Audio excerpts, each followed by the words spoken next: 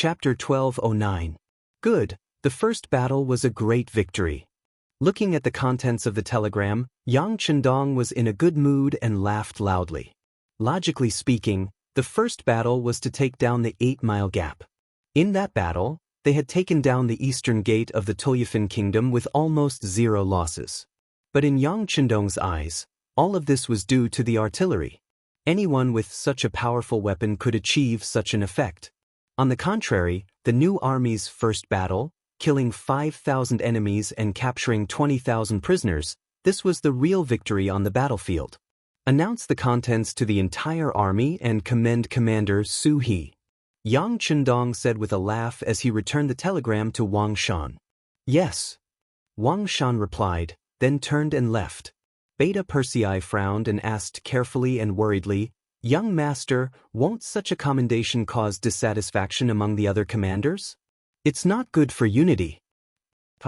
Yang Chendong waved his hand and said, winning the battle and making great contributions should be rewarded. It's to let the entire army know and put pressure on the other commanders. All of this was intentional by Yang Chendong. He wanted to let the new army win the battle and stimulate the other commanders so that they would also rush to make contributions. Only in this way could he solve the problem in Yilabali as quickly as possible. In Yang Chendong's plan, Yilabali was just one of the tens of thousands of places to be conquered. He couldn't waste too much time in such a place. What he needed to do was to sweep everything with the power of thunder.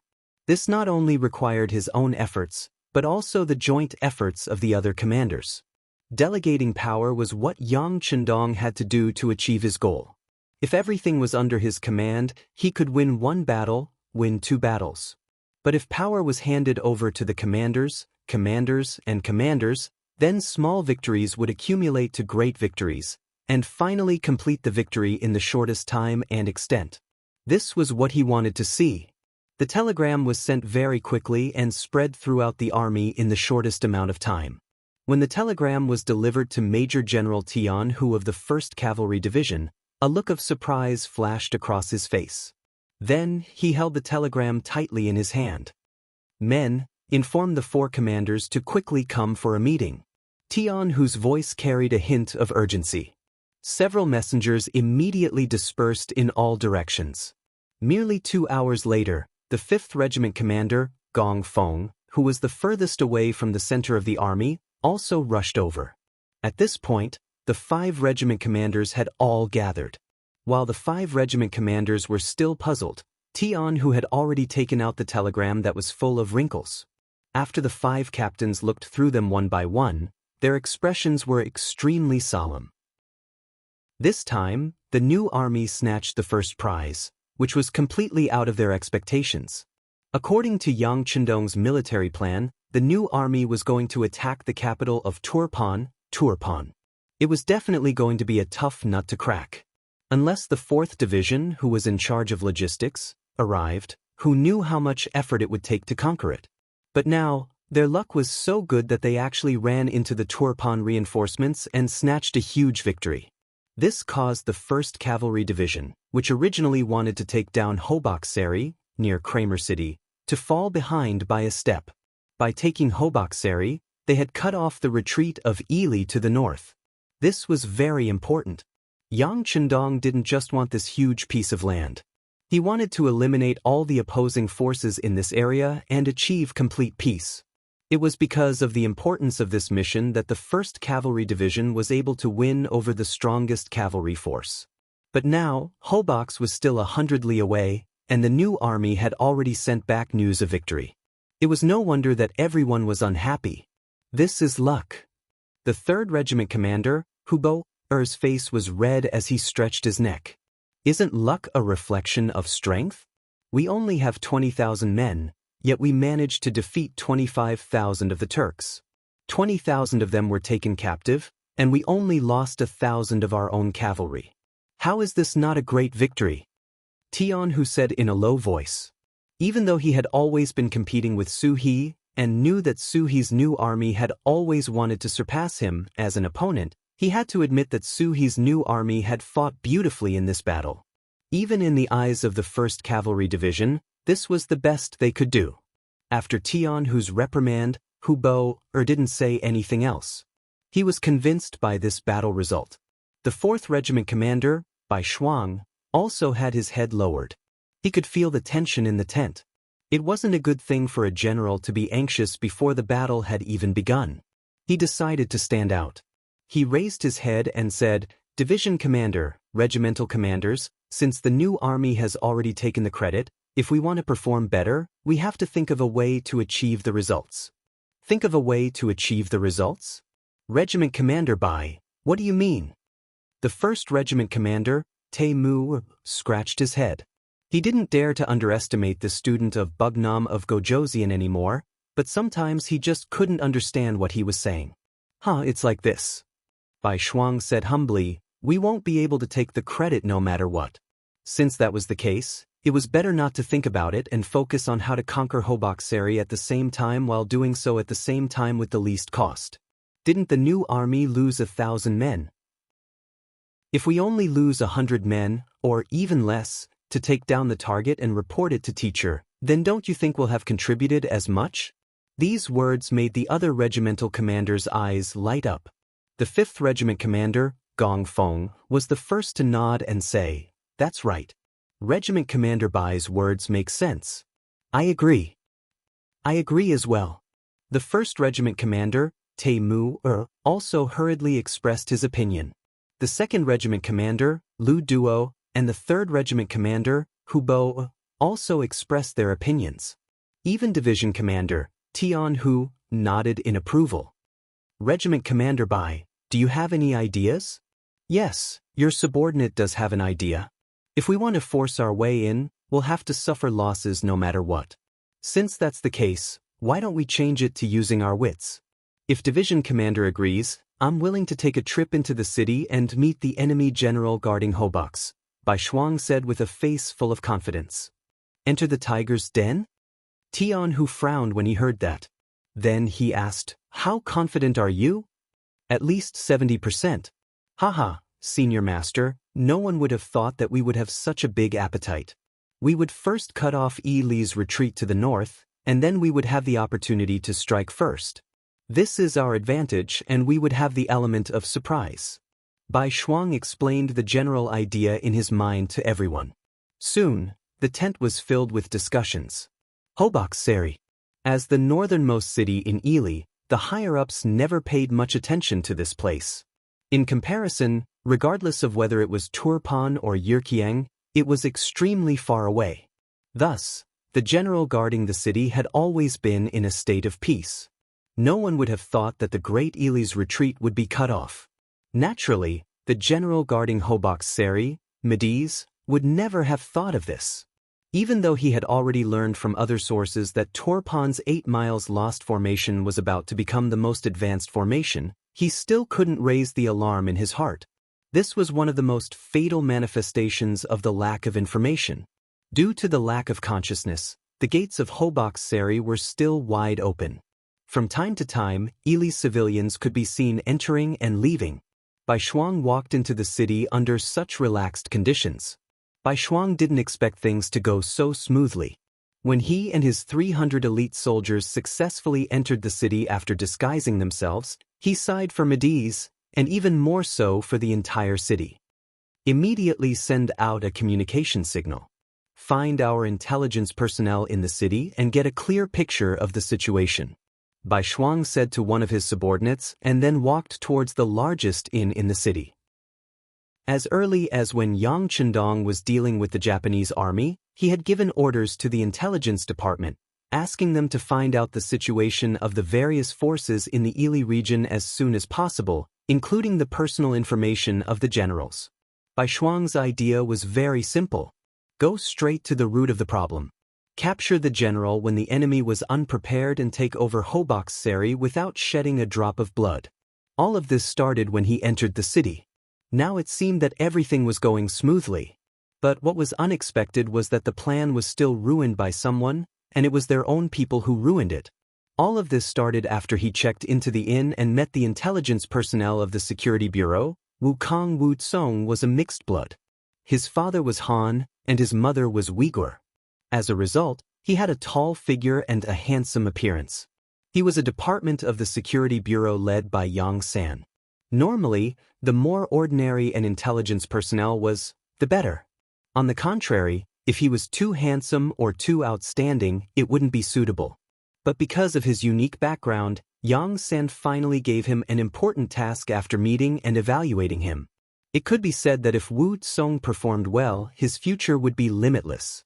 After being valued by Yang San, Wu Tsong brought enough money to the Ili area to start his work. Hobok's Seri was one of his main targets.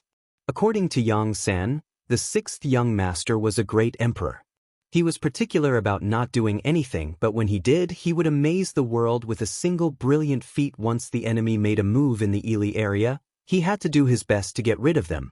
With this principle in mind, Hobok's Seri, which was the route to the north, naturally became a top priority. Wu Tsong put a part of his energy there. In order to get accurate first-hand information, he didn't hesitate to come to Hobok's Seri in person. He thought he had done a good job and paid enough attention. But what Wu Tsong didn't expect was that there was another person who beat him to it. That was the sworn enemy of the Security Bureau, the CIA. Chapter 12:10. They had been established relatively late, but with the backing of the seventh Madam, Su Man, it meant that they had strong support and backing.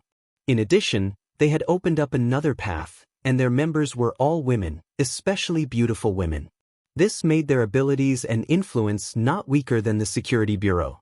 Just like in Hobokseli City, the people from the CIA had the same idea as Wu Tsong and made a move first.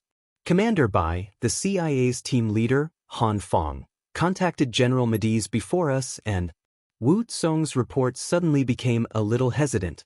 And what? Bai Shuang, who was listening seriously, looked at Wu Tsong in confusion. Although some things were not pleasant to hear, since Bai Shuang asked, Wu Tsong could only tell him the truth. And team leader Han Fong has changed her name to Madenazer. She will be married to Mediz tonight. What? Bai Shuang, who was a little surprised, stood up involuntarily and digested the news. He had heard that the CIA would often sacrifice themselves or even give themselves to others in order to achieve their goals. However, in his opinion, it was just a show. After all, in this era, women cherished their bodies and reputation very much. However, he did not expect it to be true. Looking at Wu Tsong's embarrassed expression, it was obvious that the truth of the matter was not to be doubted. Bai Shuang, who was extremely surprised, took a while to calm himself down. Team leader Wu, tell me more about Han Fong. Yes. After Wu Tsong agreed, he explained the situation in detail. According to him, Han Fong was not a Han. Instead, she was an authentic Zybe. She was born in an ordinary family, but because of her beauty, she could sing and dance since she was young. In the age of war, it was always difficult for women to find a good home. Han Fong's family was also drifting and difficult to settle down. Later on, when the origin city was established, it attracted the attention of many people of other races. The peaceful living environment, rich material and cultural life there attracted many knowledgeable people, and Han Fong was one of them. Because of her beauty, when she just turned 18, she was engaged to a new deputy battalion officer in Shurching. Finally, her life was stable. However, the heavens were unpredictable. Her husband actually went to the battlefield and died in the battle with Ili Bali. She once again became a rootless duckweed. Fortunately, the 5-star army took good care of the families of martyrs, so she didn't have to sleep on the streets again. However, the quality of her life was also very different from before. It was at this time that an intelligence agent from the CIA took a fancy to her and recruited her into the organization. Later, with her outstanding performance, she became one of the core members of the organization. This time, when Han Fong heard that they were going to mobilize troops against Ili, she wanted to avenge her husband, so she naturally signed up. Because of her outstanding performance, she was appointed as the team leader. That was how she got in touch with Mediz first, but she didn't expect that she would take the risk herself. You said that she is the wife of a deputy battalion commander in the new army? After Bai Shuang heard this, he had a general understanding of the matter. However, when he thought about how this person was a family member of a 5-star army officer, and now, in order to complete his mission, he had to submit himself to the enemy's general. Naturally, he felt indignant. Yes. Wu Bun answered without daring to conceal anything. How bold of you! Don't you remember what the teacher said? No one can force the families of martyrs to do anything. The CIA dared to do this. Aren't they afraid that the teacher will punish them? At this moment, Bai Shuang was so angry that his face was red. Even if the CIA's backer was the seventh madam, so what? In Bai Shuang's eyes, he couldn't use the families of martyrs as an excuse. Otherwise, it would make the officers and soldiers very sad. With Wu Tsong's status, he naturally didn't dare to voice out his doubts. Seventh madam was an existence that a nobody like him couldn't afford to offend. If he really said something unpleasant, once it spread out, he was afraid that his head would be separated from his body. Not only could he not question it, but he also had to try his best to absolve it. It was not for anything else, but because he had to tell the truth. Commander Bai, I'm afraid it's not what you think. I've seen Han Fang once, and she also took the initiative to tell me that no one forced her to do what she did. Everything she did was voluntary. Voluntary? After Bai Shuang heard this, he didn't understand. I'm afraid she had no choice but to say that. After all, there are some people that a little girl like her can't afford to offend. It doesn't seem like it. Wu Tsong didn't know how to explain it, so he could only say what he felt. He could also see that Bai Shuang was very angry about this matter. This was one of the students that Bugnam of Gojoseon valued very much. On the other side was Bugnam of Gojoseon's seventh madam. He couldn't afford to offend either of them. Once the matter got out of hand, he didn't know if others would be in trouble, but it was very likely that he would be the first to be in trouble. After all, he only had the director of the Security Bureau, Yang San, behind him. Not to mention, his identity in the entire Security Bureau wasn't considered an important person. Even if Wu Tsong wanted to protect his own safety, he had to try his best to smooth things over. However, looking at Bai Shuang's angry appearance, he felt that the matter wouldn't be so easy to solve. That's enough. After this matter is settled, I will personally go and ask Han Fang. If she is willing, I will naturally not be able to say anything. However, if someone wants to force her, regardless of who is behind her, I will report this matter to teacher and demand an explanation. Bai Shuang could feel Wu Tsong's difficulty. In fact, he didn't want to offend the seventh madam because of other people's matters. However, since he encountered this matter, he would ask for justice. Wasn't this what Yang Chendong usually taught them? Putting this matter aside for the time being, Bai Shuang asked Wu Tsong, "You're saying that tonight is the day Mediz marries Han Fang? Then he will definitely hold a big banquet." Yes, now in the city of Hobak Seli, everyone with status has received an invitation. Well, Leader Wu, I'll have to trouble you to get me an invitation too. Bai Shuang nodded, his eyes revealing a terrifying sharpness. He had already investigated everything and had a perfect plan to take action. However, now he had to take action early. He was afraid that if he was late, the martyr's widow would be humiliated. This was definitely something he didn't want to see and couldn't accept. Wu Tsong faintly guessed Bai Shuang's intention, but he couldn't refuse. The orders from above were for him to cooperate unconditionally.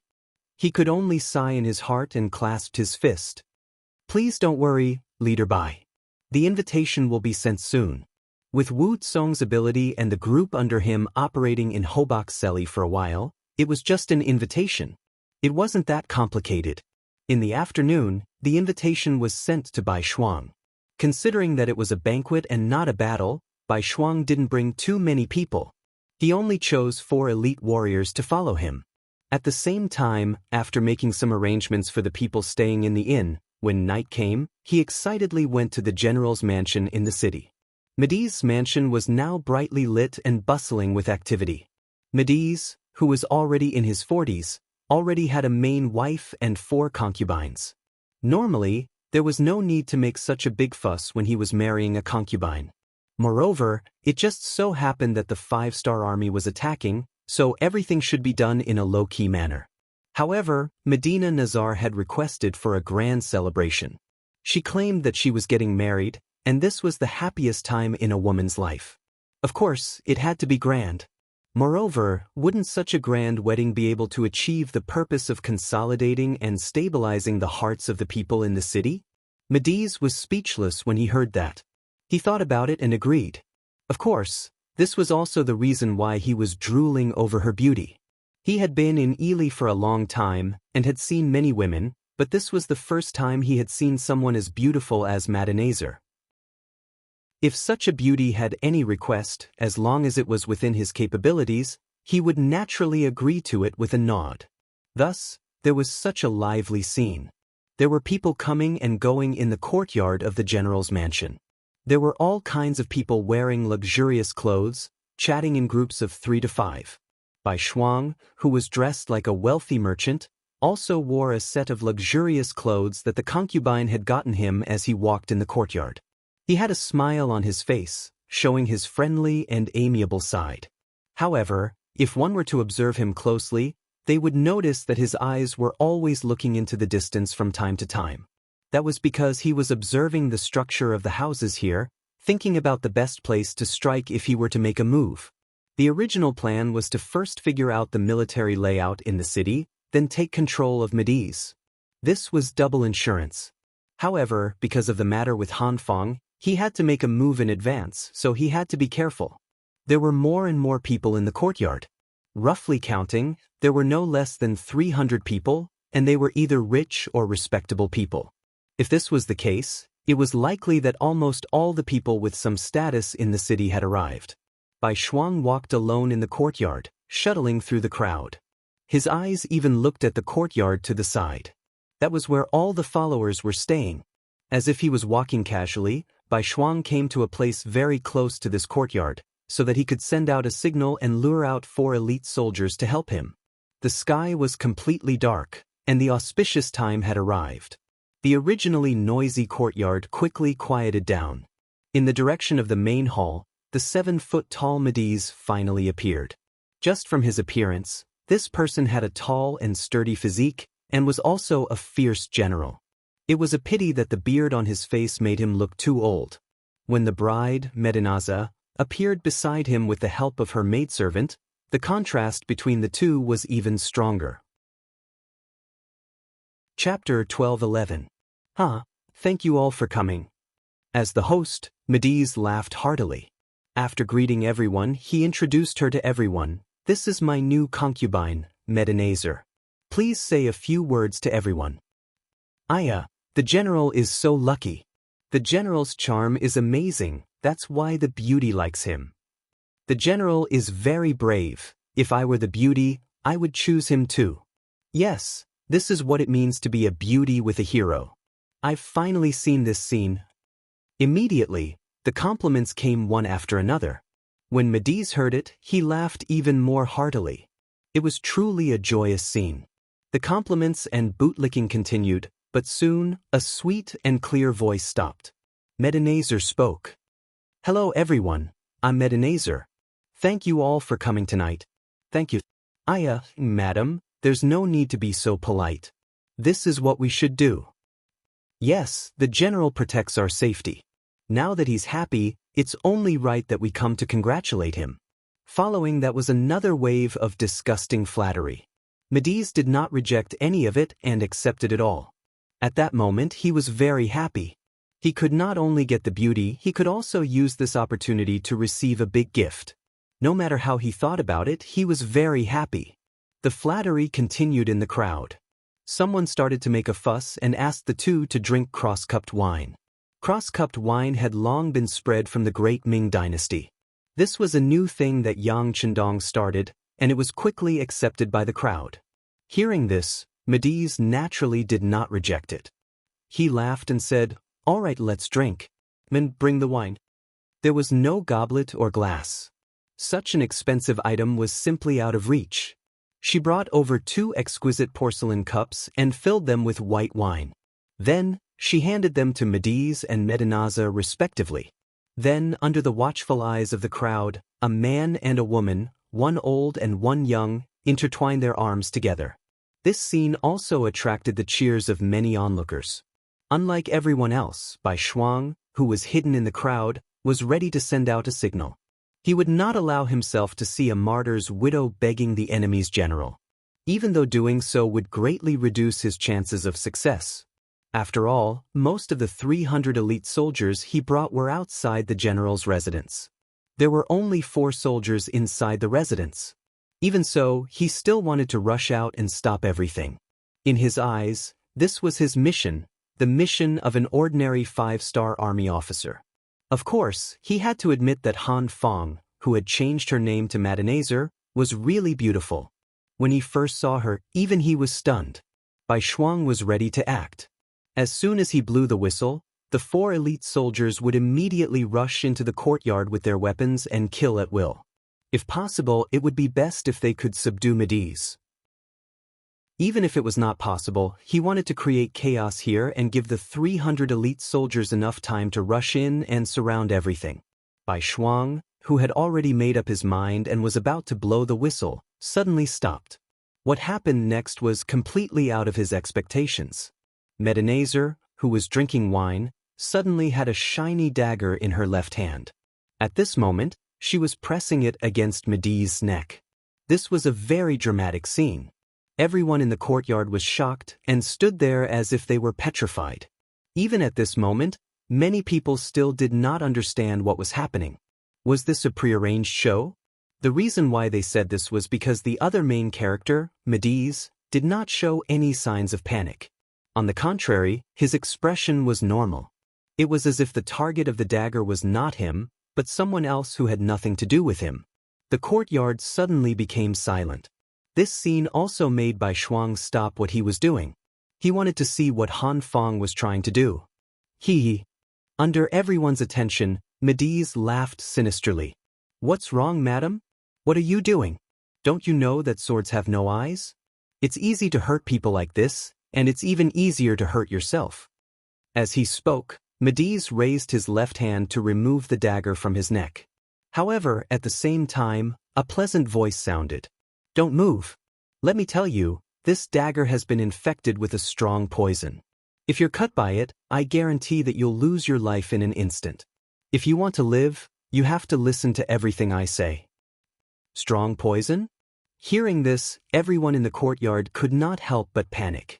At this moment, everyone clearly saw that this was not a prearranged show. This madam really wanted to take Mediz's life. They didn't expect that the new concubine, who was supposed to be brought to the boudoir and waiting to enter the bridal chamber, would have such a fierce side. Everyone was shocked, and at the same time, they were even more curious about how General Mediz would deal with this situation. Strong poison? Maid Sai was surprised, but he wasn't as scared as everyone thought. Instead, he laughed. "Beauty, don't joke with me. Do you really think I'll believe you just because you made up a random reason?" Maid Sai was stunned for a moment, but he wasn't as scared as everyone thought he was. "You don't believe me? Then try it if you can." Medina was very confident when she said these words, giving people a feeling that she was very sure of herself. After hearing this tone, everyone could not help but believe it. Only Mediz laughed and said, "I don't believe you. Try it if you can." After saying that, he deliberately moved his neck forward and touched the tip of the dagger. The dagger was indeed sharp. With just a touch, it left a bloody mark on Mediz's neck. This shocked Medina, who was holding the dagger, and she could not help but let go of the dagger. She did not want to take Mediz's life. At least, she did not want to take his life before she completed the mission. A dead general was far less important than a living general who could listen to her orders. However, the plan could not keep up with the changes. Not only did Mediz not believe her, he even tried to test the dagger with his own body. At this moment, she was caught off guard. Everything did not go according to plan. She only felt that her mind was blank. In the eyes of everyone, Medina's performance was not a big deal. Instead, they were shocked by General Mediz's courage. Only Bai Shuang, who was in the crowd, had a bad feeling. This was not the time to be distracted. Just as Bai Shuang was about to warn Mediz, the moment Medina let her guard down, Mediz made his move. His right arm that was holding the wine suddenly loosened. When the bowl fell to the ground, his right hand freed up to grab the dagger. The tables had turned in an instant. Medina was stunned. But what she didn't expect was that as the porcelain cup fell to the ground, there was a crisp sound, and nearly 100 Turpan soldiers suddenly swarmed into the courtyard. As soon as they appeared, they surrounded Madenazer and her maidservants tightly.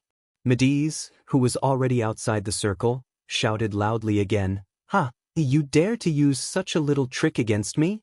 I'm afraid you don't know that I've already replaced the dagger in your hand. Haha, do you think I'm a 3-year-old kid who can be easily fooled by you? You said you were born in Hobokseli. I've already sent people to investigate. There's no such thing. Tell me, why did you lie to me like this?" Mediz's words left Madenazer's mouth, and she was stunned again and again. Just a moment ago, she thought she was exposed. She thought he knew her identity. But now, it seemed that Mediz did not know. He only found the problem from her fabricated background. So, it did not affect the overall situation. Although the current situation was very unfavorable for her, Medina wasn't afraid. Even if she died, it wouldn't be considered as a failure of the mission. In that case, she would die a worthy death. Medina's expression gradually returned to normal when she realized that her actions had not spoiled the overall situation. Her voice rang out again, "Mediz, you're a scumbag. I'm only here to avenge my personal grudge. Now that you've seen through me, I'll let you do whatever you want to me." As she spoke, Medina purposely puffed out her chest, and at the same time, removed the veil covering her face. Madenazer was already very beautiful. Even a thin veil was unable to hide her beauty. Now that she was gone, her true appearance was completely exposed to everyone, causing waves of exclamations to erupt from the crowd. Following her action, a commotion broke out in the courtyard. Some of the maids who were pouring wine for the officials and nobles suddenly had short knives in their hands. Then, they slashed in all directions, causing chaos. It was obvious that this was Medina's backup plan. The signal to take action was to remove the veil. This scene also caused chaos. Even Bai Shuang, who was in the crowd, was targeted by a maid. However, he did not attack. Instead, he cleverly dodged and used this opportunity to move to the front of the main hall. "How dare you touch my guest? Take her down." Mediz's face turned ugly at this moment. He knew that this woman wouldn't have simply prepared a poison dagger. Now, it seemed like he was right. Fortunately, he was prepared. He called over 100 soldiers. When he shouted, the soldiers surrounded the maids in the courtyard. Chapter 12:12. There were less than 10 maids in total, and they were all intelligence agents of the CIA. Some of them were only on the periphery, and their training was limited. The only reason they could create chaos earlier was because of the daggers in their hands. Now that they were facing the Turkmen soldiers armed with spears and swords, they had no advantage at all. They were about to be surrounded. Taking advantage of the chaos, Bai Shuang easily made his way to the front of the hall. He estimated the distance with his eyes, then whistled loudly. With a leap, he landed beside Madenazer. Suddenly, a shadow appeared and landed beside her. Madenazer instinctively wanted to retreat, but at the same time, she heard a soft voice. "Don't panic.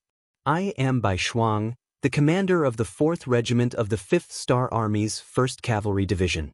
If you want to live, follow me closely."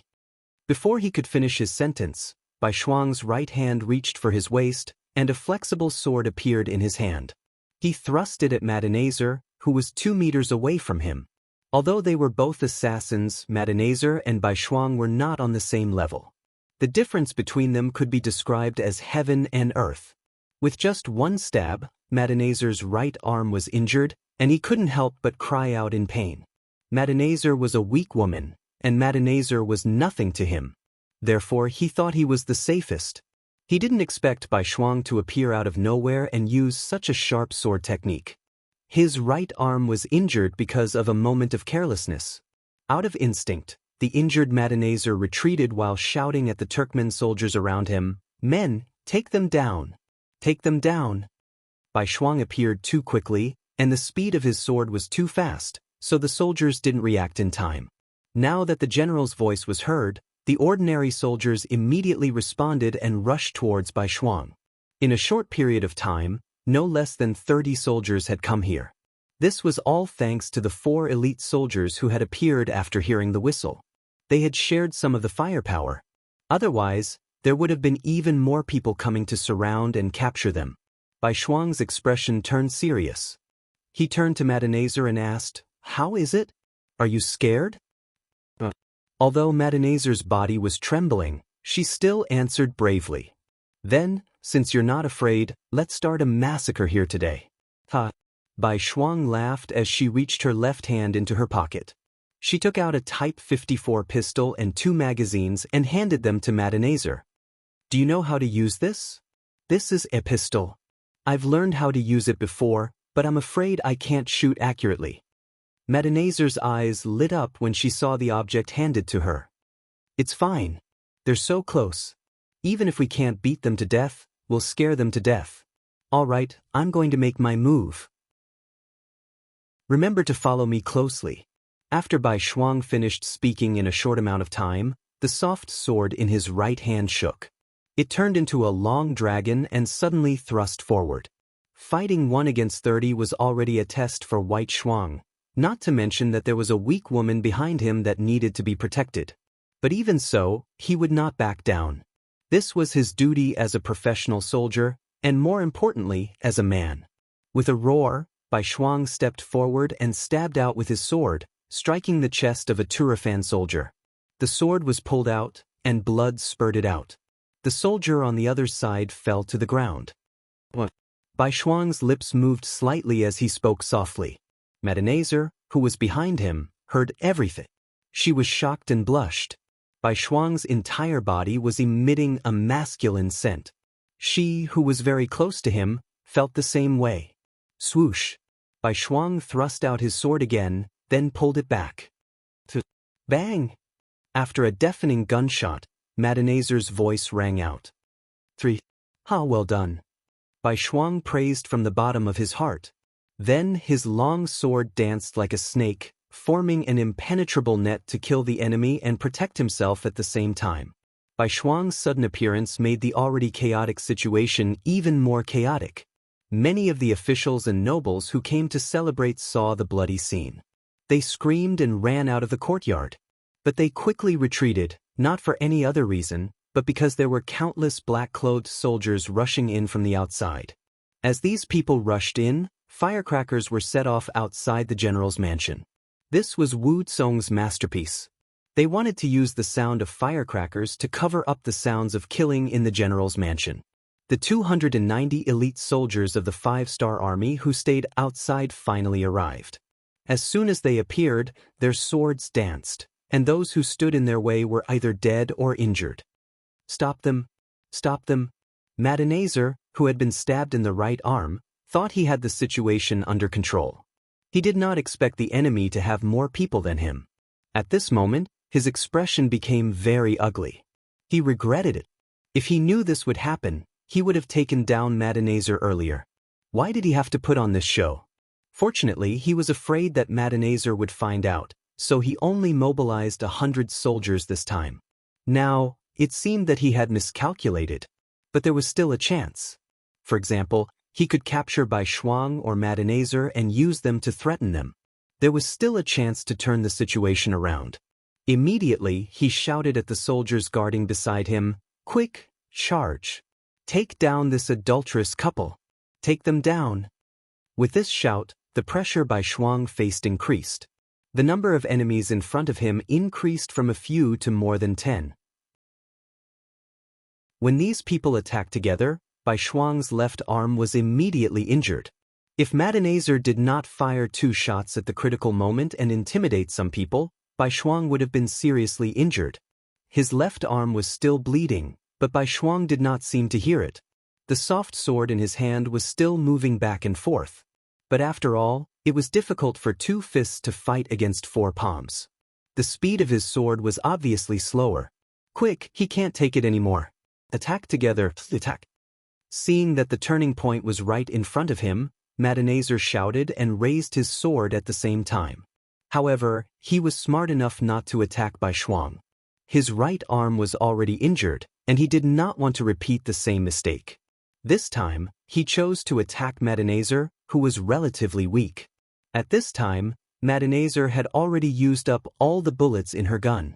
There were more than 20 bullets, but she only killed 3 enemies and injured 4.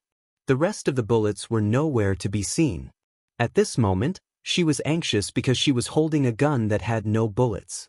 At this moment, a long sword was thrust at her face. Madenazer was obviously very angry at this moment.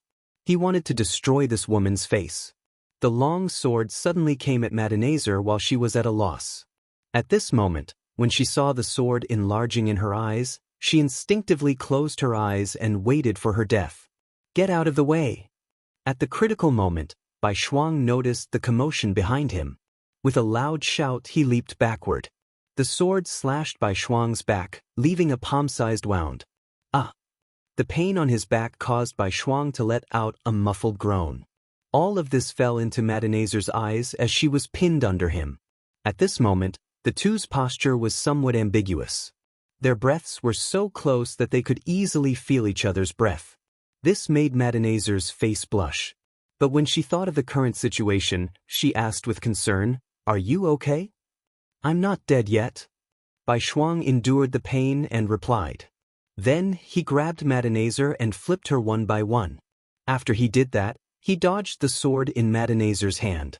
Madenazer's face was filled with anger after he failed to subdue the two of them. He roared and charged at Bai Shuang again with his sword. But as soon as he stepped forward, a soft sword flew at him, forcing him to take 3 steps back to avoid the attack. The soft sword was thrown by Bai Shuang. At this moment, he had no weapon in his hand. After a bitter smile, he hugged Madenazer and said, "Fine, I'll die. I won't be lonely if I can die with a beauty in my arms." "Is that so? Am I a beauty?" Madenazer blushed when she heard Bai Shuang's words. "That Bai Shuang was just expressing his feelings. When he thought of Madenazer's identity as the widow of a 5-star army officer, he immediately shut his mouth. He would never do something like blasphemy. Seeing that Bai Shuang didn't answer, Madenazer pouted. She then whispered, "To be able to die together with the general, this little girl is content." The voice wasn't very clear, but since they were so close, Bai Shuang still heard it clearly. His face immediately turned red. Madenazer saw this scene and couldn't help but laugh. Whoosh whoosh whoosh, a few arrows were fired. The elite soldiers of the 5-star army finally rushed into the courtyard and attacked Madenazer, who was standing in front of the hall. Dozens of soldiers died one after another. Even Madenazer himself was hit by 2 arrows. After he fell to the ground, the situation was settled. The inside and outside of the general's mansion were under the control of the 5-star army. They had taken a risk, but they had actually succeeded. Aside from luck, the most important reason for their success was Madenazer's plan. Her idea was simple. First, she would control Madenazer, then use his mouth to control the upper echelons of the city. Then she would create chaos from the bottom to prepare for the arrival of the 5-star army. Her plan was generally feasible, but it wasn't perfect. Bai Shuang's arrival helped her perfect everything, making what happened next seem like a miracle. Chapter 12-13. Under the blades of the 5-star army, those who were afraid of death and wanted to live all lowered their heads and promised to cooperate fully. This included General Mediz, who looked very brave just a moment ago. There was no other way. When his sword cut into White Shuang's back, it was so deep that it exposed the bone. Seeing their regiment commander suffer such an injury, the soldiers under him naturally wouldn't be kind to him. They would use whatever method was effective. In just a short while, this general who had lived a comfortable life for many years lowered his head and surrendered. With the help of these high-ranking officers, after their letters were sent to their subordinates through the 5-star army, Hobok's Seri city no longer had any defenses. A bright light shot out from within the city. The 20,000 cavalrymen of the world's 1st Division who had been lying in ambush in the city entered from all 4 sides, achieving their goal of occupying this border city without shedding a single drop of blood. Someone, report to the 6th young master that we have occupied Hobok's Seri city without any losses. Next, we will move from the north to the south, leaving the Ayla mountain pass and marching towards the capital city of Ely. riding on his horse, Division Commander Tian Hu laughed as he spoke to the reporter. Then he looked at the 4 regimental commanders and said, let's go take a look at the injured hero regimental commander. Let's go. Temu and the other 3 laughed. They weren't here to laugh at White Shuang, nor were they gloating over his injury. It was just that getting injured was a common occurrence for them.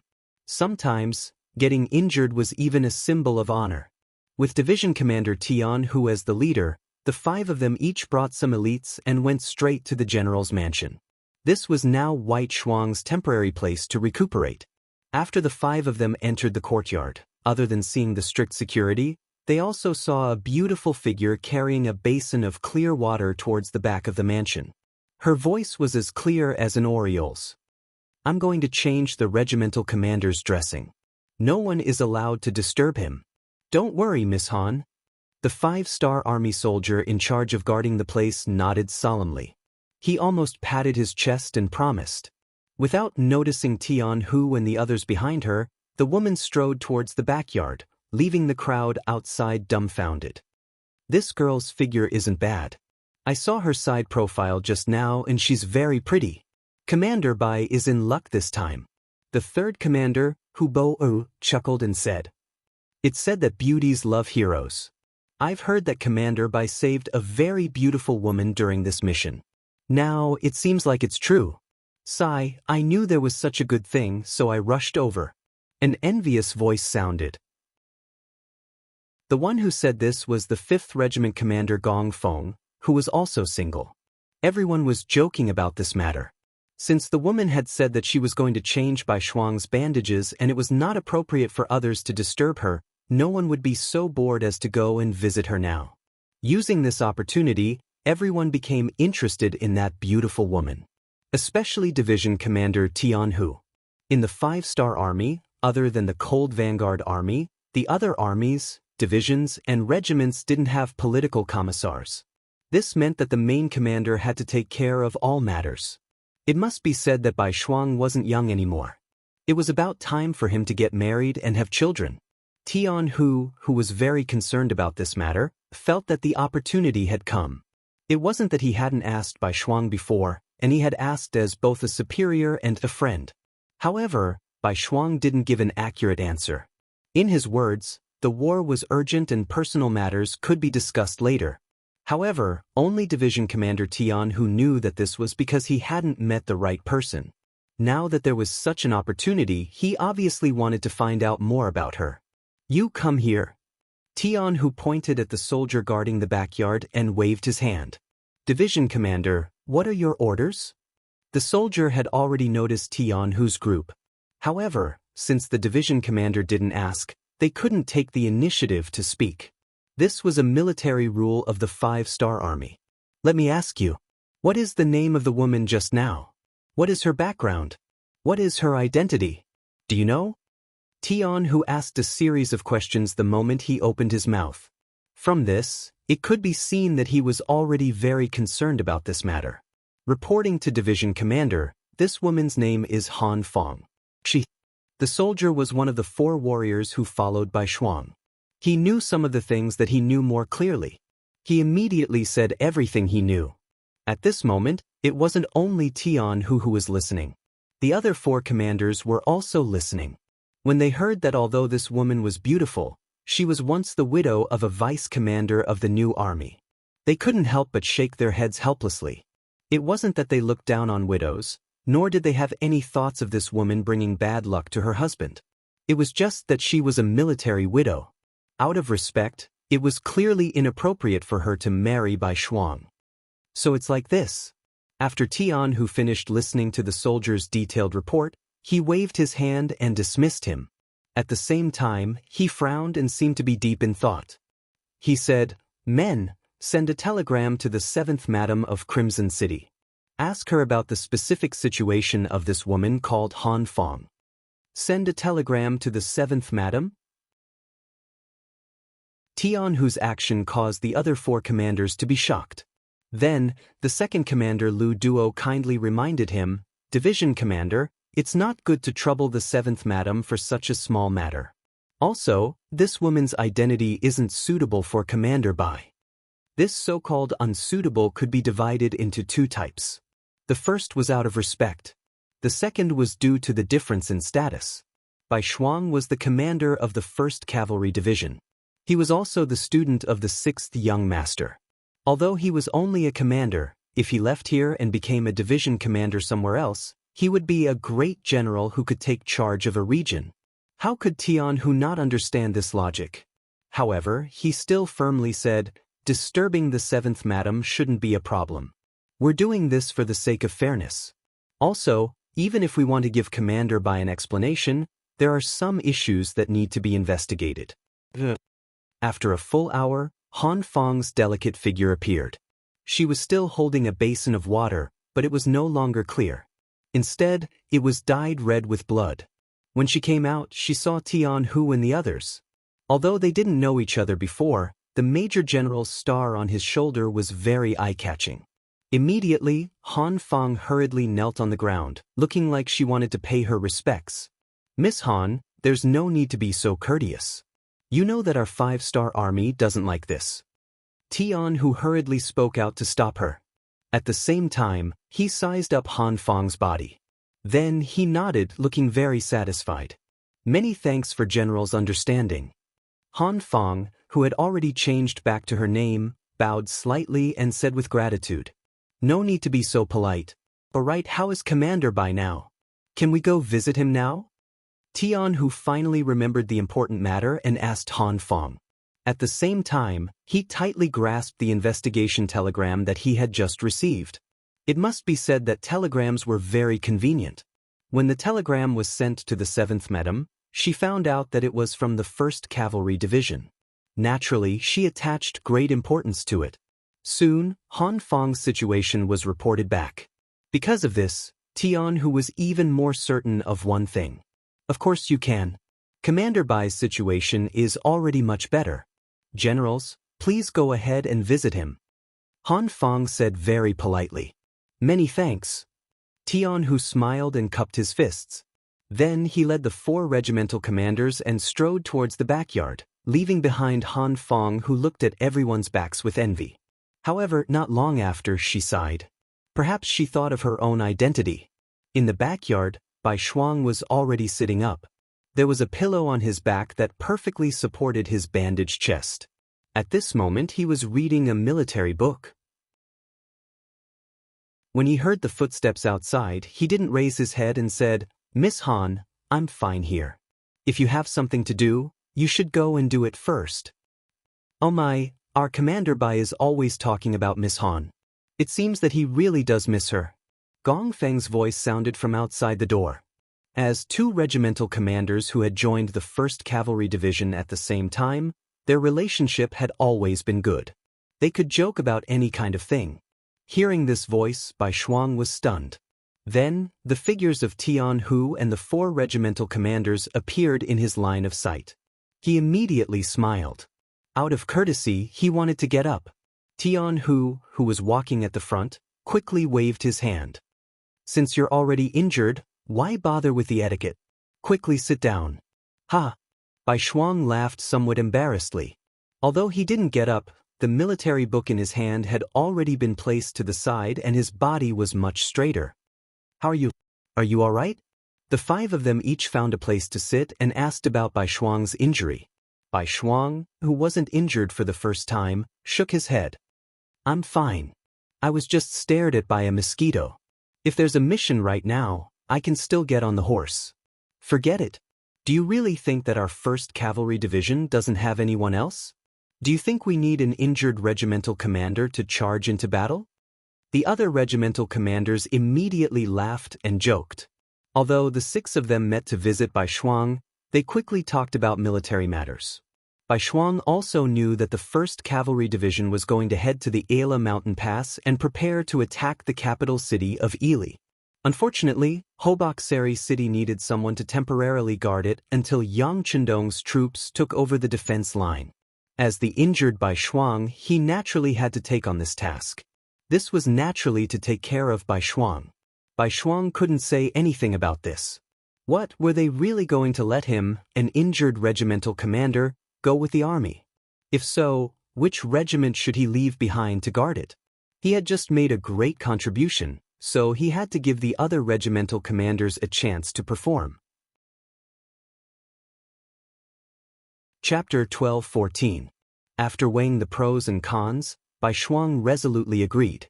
At this moment, the other 4 regimental commanders all breathed a sigh of relief. Obviously, they were still somewhat worried that Bai Shuang would disagree. In this way, one of them would have to stay behind. Bai Shuang, you don't have to worry too much. The 6th young master has already sent a telegram. The team sent from the logistics camp of the first city has already passed Iji. It won't be long before they arrive at Hoboksari City and switch with you. Take this opportunity to have a good rest and train the army at the same time. Now that each of your regiments has doubled the number of soldiers, the combat effectiveness must be improved correspondingly. Otherwise, we will fail to live up to the 6th young master's expectations of us. Division Commander Tian, who comforted him loudly. Yes, thank you for your concern, Division Commander and brothers. Bai Shuang smiled. He really wanted to train the army well, especially the army's coordination and combat ability. It was just that they had not had a good rest since the expansion. They could only train during the journey. Now that there was an opportunity, of course, he had to seize it. After they finished talking about the important matters, more than half an hour had passed. There were many things to do in the army. After the 4 regimental commanders looked at each other, they all got up and left. However, Division Commander Tian, who did not leave with the crowd for the first time. Instead, he watched the 4 regimental commanders salute him and leave one by one. When there were only 2 people left in the room, Bai Shuang asked curiously, Division Commander, is there anything else or a mission? There are things and there are also missions. But before that, I want to ask you something first. Tian, who said with a serious face. Bai Shuang's face immediately became a lot more serious. Yes, Division Commander, please give the order. Okay. After Tian, who made a sound of agreement, he looked at Bai Shuang, who had a solemn expression, and asked a question that was completely unexpected and unexpected. What is your impression of Lady Hanfang? Stunned. For nearly 10 breaths, Bai Shuang did not answer. He sat there in a daze as if he was struck by lightning. It was not until Tian, who coughed softly again, that he seemed to remember something and said, Division Commander, did you ask the wrong question? I'm telling you, no, I'm talking to you on behalf of the division leader. Be serious. Tian, who also knew that asking him to talk about this issue was a bit too much, but he had no choice. He thought about it for a while, and other than himself, there was no one else in the 1st Cavalry Division who was suitable to talk about this matter. If it were any other guild leader, the situation would only be worse, and the situation would become even more awkward. Tian, who suddenly became so serious that Bai Shuang had no choice but to face this problem. However, he was very clear about Han Fang's situation. After all, she was the widow of a new battalion commander. Just based on this point alone, he couldn't have any other thoughts. Otherwise, it would be a form of disrespect to a martyr who had died. So after hesitating for a long time, he only opened his mouth and said, Lady Han is a good lady, but that's enough. You just need to know that she's a good girl. Tian, who was waiting for this sentence. Of course, if he continued, then the situation would change. After saying this, he continued to ask in depth. Guild leader Bai Shuang, please answer this question seriously. Remember, I'm not asking you now. I'm asking you on behalf of the 1st Cavalry Division's division commander. If Lady Han Fang were to be your wife, would you be willing? Well, that's impossible. When Bai Shuang heard this, he hurriedly waved his hands, as if there was a wild beast in front of him. He had no choice but to refuse. Why is it impossible? Is it because she was once engaged to a deputy battalion commander of the new 1st Army? Tian, who suddenly raised his voice as he asked this question. Bai Shuang didn't completely understand the meaning of this sentence, because at this moment, his mind was already blank. Although he indeed had a good impression of Lady Han Fang, He definitely wouldn't do anything to betray a comrade for his own selfish reasons, even if that comrade had already died on the battlefield. Tian Hu was very satisfied with Bai Shuang's answer. He continued to ask, "Then if I tell you that even if you marry Lady Han Fong now, you won't betray anyone, will you still refuse?" HM? At this moment, Bai Shuang finally raised his head, as if he understood something. He looked at Tian Hu and asked, "Senior brother, what's going on?" The reason why he called him senior brother was because both of them studied under Yang Qindong. This kind of address was only used when there were no outsiders. "What's going on?" "Hi, you're lucky." Tian Hu, who had a serious face just a moment ago, was now full of smiles. "Let me tell you, I've already investigated. The person who asked was the 7th madam, and she's already given a reply.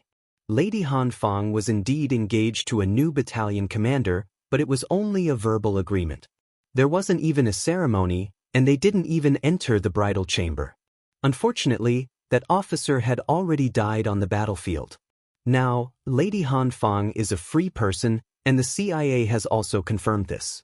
She has the freedom to pursue a happy marriage, and it doesn't involve any moral or emotional issues. Do you understand now?" Tian Hu's words stunned Bai Shuang. After a long while, he asked with a face full of joy, "Is this true? If I marry her, it won't be a moral issue, and I won't be letting down that dead battalion commander, right?" "Of course not. Actually, even if there really is something going on with that battalion commander, so what? Teacher said a long time ago that Han people can pursue freedom of love, freedom of marriage. Think about it, didn't teacher's 6th sister divorce someone else? But isn't she still living very well with Chief Long of the Ministry of Public Security? Not to mention, Lady Han Fong and that battalion commander haven't done anything yet. Of course, your worries aren't without problems. I want to tell teacher about this matter and let him make a decision. If we have teacher's approval, then there won't be any problems." Tian Hu said with a face full of confidence. Bai Shuang couldn't help but feel nervous when he heard that he was going to disturb Yang Qindong. Teacher is very busy every day. It's not good to trouble him over such a small matter. What's not good about it? Let me tell you, the last time I saw teacher, he asked me about your marriage. We will grow old one day, and our descendants will need to do a lot of things on the battlefield. Teacher has always supported this. All right, don't act like you're the victim of a bargain. Just tell me what you mean. Tian Hu snorted. He had a look that said, "If you say no, I won't care about this matter." Bai Shuang had a very good impression of Han Fong, especially since he was injured. She had taken care of him in every possible way. In addition, she was not only beautiful, but also brave and smart. Wasn't such a woman suitable to be his wife? It was just that because of her identity, he had been suppressing this thought in his heart. Now that everything was no longer a problem, how could he not agree? He immediately nodded and said, I agree. I'll have to trouble senior brother for everything." Seeing that the matter was finally settled, Tian Hu nodded happily. "All right, I'll send a telegram to teacher and tell him this good news. As for you, kid, you've already taken care of the girl. If other people aren't willing, then they'll be a joke. This time, you'll be guarding Hobokseri City. Take advantage of this time to do something big. It's best if you can get your eldest son out too. Then good things come in pairs." Hearing Tian Hu's teasing, Bai Shuang also laughed foolishly. As for Han Fong, he was confident that he could convince her because he had a feeling that she liked him. After Tian Hu left, Han Fong walked over. She was a bit worried about his injury. After all, he had suffered it to protect her. However, when White Shuang told her about it, her face was immediately filled with joy. It was said that beauties loved heroes, especially heroes who had saved their lives. In addition, White Shuang was both intelligent and brave, and had the air of a scholarly general. He also had the spirit of a grown man. How could she not be willing? However, the little girl was shy and did not immediately agree. Instead, she ran away shyly. This caused Bai Shuang to laugh loudly behind her. On the official road to Turpan City, an army with a bright flag of the 5-star army was moving forward.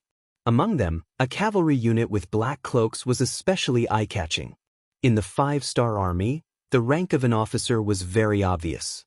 It could be seen from the military rank, and it could also be seen from the cloak that an individual wore. As for the black cloak, it was usually only worn by those with the position of guild leader.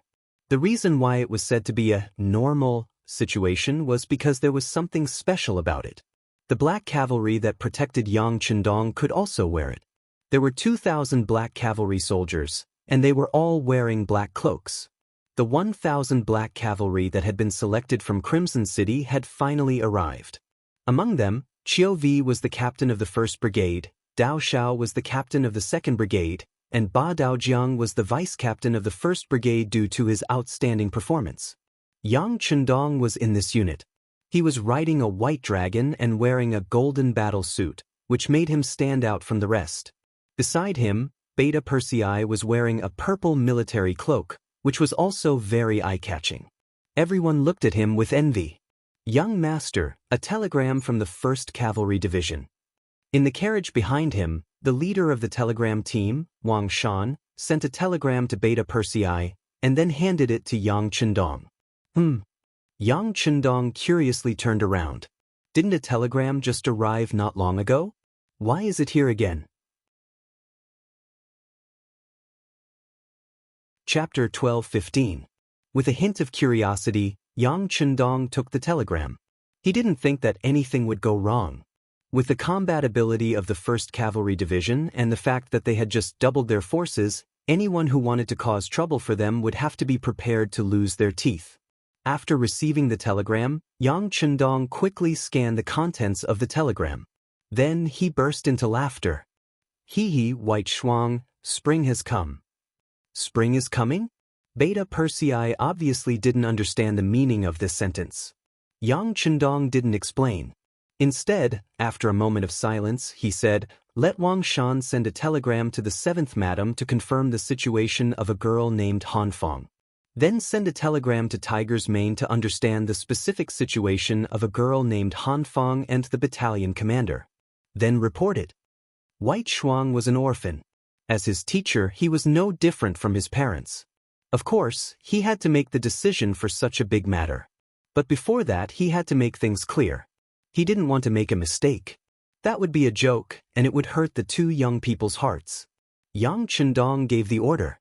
After the telegram was sent out, there was a quick reply. Obviously, everyone attached great importance to the matter that Bugnam of Gojoseon valued. It didn't take long for the matter of Han Fong to be investigated clearly.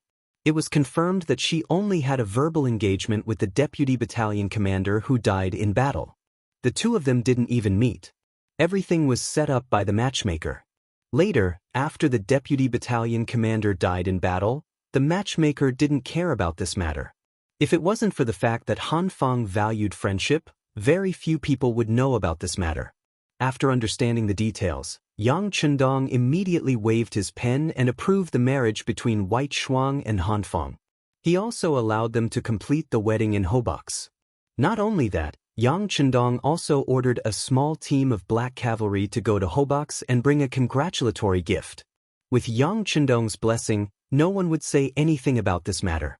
Of course, this wasn't a big deal, at least for Yang Xie's 5th Star Army.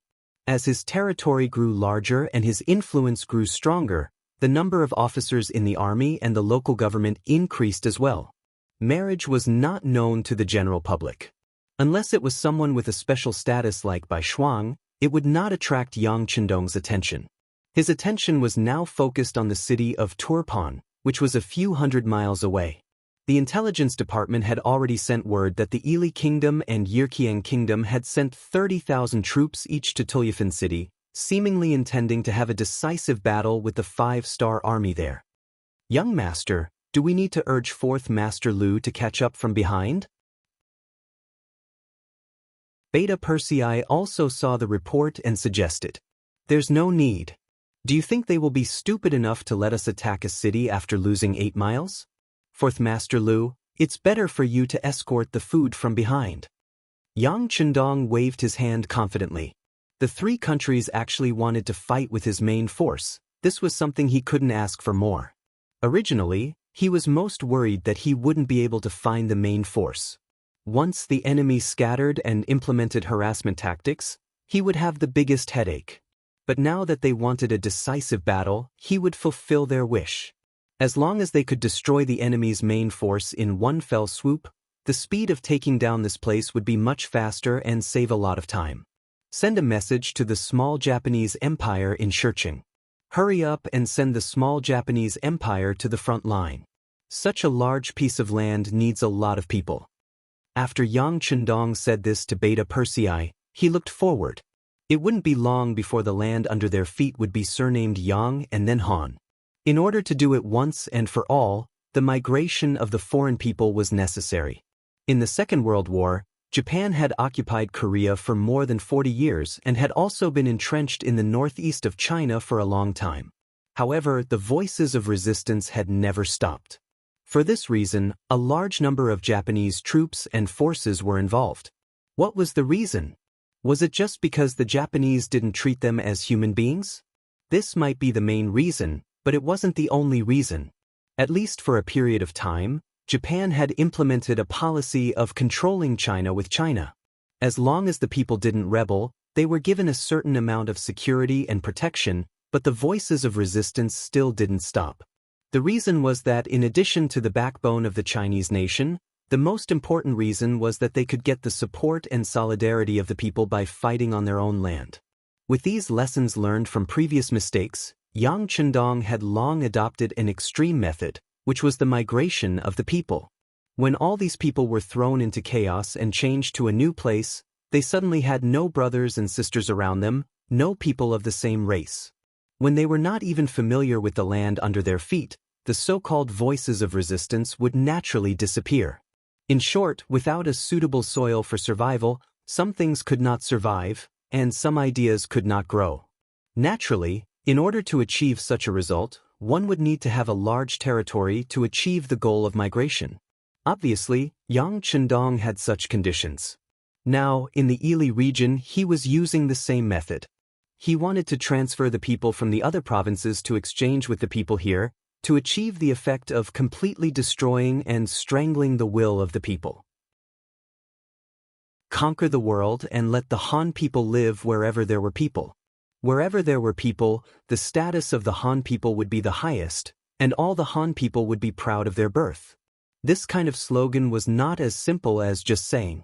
If he wanted to carry it out, it would be incredibly difficult. However, since Yang Chendong had brought the modern army here, he naturally had to do something. Even if he could not do it, he would let his descendants do it. In short, this was the goal that he had worked hard for. Looking at it now, the goal was indeed very big, but it was not impossible. Hadn't he already trampled on many small countries and made them part of the Han people's territory? The Navy was also actively making preparations, especially after taking down the Japanese Empire and capturing who knows how many navies. Now, they were very powerful, and it would not be long before they set out to conquer the world. Looking forward to the arrival of that day, Yang Chendong felt that the burden on his shoulders was heavy, but he was not afraid. With a light shout, he rode on the White Dragon and led the army straight to Turpan City. Turpan City. At this moment, the whole city was in chaos. People could be seen everywhere on the streets, and from time to time, they would collide with each other. The people were busy moving their valuables out of the city. The soldiers were also busy moving their provisions and military supplies. Everyone was scrambling to get out of the city, as if they would be left behind forever if they were late. In such a chaotic situation, bumping into each other was inevitable. Even if many Turpan people were maintaining order in the city, they still could not alleviate the chaos. How could it be so easy to empty out the capital of Turpan in such a short period of time? Palace. The new king, Hardenbarter, was roaring with a face full of anger. Who was it? Who leaked the news? Investigate for this king. No wonder Hardenbarter was so angry. He had just made up his mind to withdraw from Turpan City, and the news spread out, causing the people to be in chaos, which affected the withdrawal of the army. The reason why he made this decision was because of the lesson of don't lose eightly. When he learned that the 5-star army had powerful artillery that could flatten an entire city, Hardenbarter knew that the so-called strong city was a joke in the eyes of the enemy. If he still defended the capital, the result would not be much better than don't lose 8ly. It must be said that Hardenbarter was worthy of being the king who led the rise of Turpan city. He immediately made a decisive move, which was to withdraw from the city and fight the 5-star army on the grassland. In short, he would not defend the city. Originally, according to Hardenbarter's plan, he would withdraw the army first and then move the people. But for some reason, the news was leaked, and now the city was in chaos. His plan to withdraw had to be delayed. After a series of roars, someone immediately went out of the palace to investigate the leak of the secret. But in such a chaotic situation, it was not easy to find out who leaked the secret. Not to mention, the people who leaked the secret were from the Yangxia intelligence department. They had strong anti-reconnaissance abilities, so it was not easy to find them in a short time. After venting his anger, Hardenbarter's expression seemed to be better. He looked at Daichin, who was standing in the hall, and waved his hand. "General, how far is the 5-star army cavalry from us?" "My king, the closest, is less than 100 miles. Although he didn't want to answer this question, since the king asked, he could only tell the truth. 100 miles? Hearing this answer, Hardenbarter's expression froze for a moment, then he sneered, 100 miles, even the elite cavalry would take less than half a day to arrive. How many people and resources can we evacuate? Daichin was also shocked by the speed of the 5-star army cavalry. But as a general, he couldn't be afraid of the enemy. Otherwise, he would be unqualified and incompetent. Even though Daichin had lost a battle, but as a general, he had never lost his character. Seeing the king in such a difficult position, he hesitated for a moment, then steeled his heart and stood out. "My king, I think there is a way. We can stop the 5-star army cavalry. Didn't the Ili Empire and Yirkiang Empire each send 30,000 cavalry and have already arrived at our Turpan city? As long as we can work with them, I am confident that we can fight the 5-star army and stop them outside Turpan city." "Oh? Really?" Hearing Daichin's confident words, Hardenbarter's eyes were filled with hope. Chapter 12:16. There shouldn't be a problem. Daichin's reply was straightforward, but there was one thing he didn't say. If the 3 armies all listened to him, then there wouldn't be a problem. Good. Seeing how confident Daichin was, Hardenbarter's anger disappeared and he said, "If that's the case, then I'll order you to talk to them. As long as their request isn't too excessive, we can agree to it." "Yes, Your Majesty. But I think we should continue to evacuate the city. After all, Tulyafin city is too close to the 5-star army. No one knows what will happen." After Daichin received the order, he still gave his suggestion to be safe. "Don't worry, this king will not let our people be threatened. In a while, I will give the order for everyone to withdraw to Kaliushi and rebuild the defensive line there." Hardenbarter naturally did not place all his hopes on the coalition forces and had already made preparations for this. After knowing that His Majesty had a backup plan, Daichin could finally relax. He immediately walked out of the palace and headed towards the alliance camp outside the city. Before, the 3 countries had sat down together to discuss.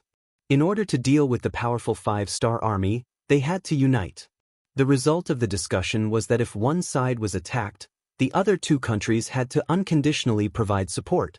It was just that some words sounded nice, like unconditional support. Then how many people should they send? 100,000 was reinforcements, but who could say 1,000 wasn't reinforcements? The so-called alliance was just to deal with the powerful 5-star army. If there wasn't the 5-star army, the 3 sides would still be in a hostile relationship. If they could defeat the 5-star army and weaken their allies, this was probably everyone's goal. Because of this thought, Daichin also knew that it wouldn't be easy to convince the 2 allied armies to fight the 5-star army. Ili sent out 30,000 cavalrymen to assist Tulyafin. The general leading them was Wuli Ji, who had fought against the Wuda army and suffered a great defeat.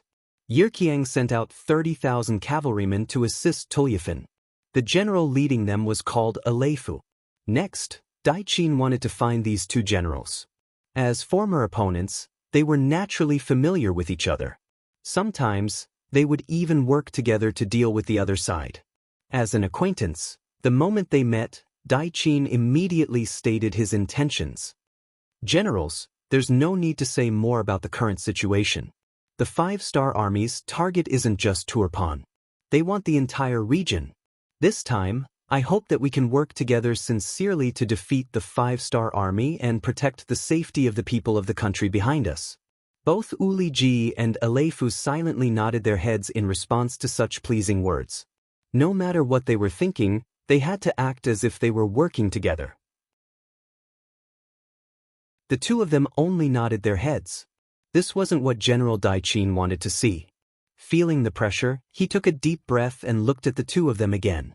There's a saying in the Han Dynasty that an army can't do without a leader. In order to better stop the 5-star army's cavalry, I think we need to choose a commander.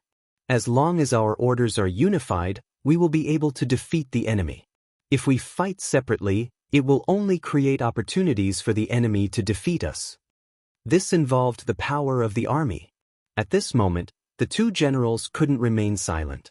The skinny but spirited Aleifu was the first to speak. General Dai-Qin, who do you think should be the general?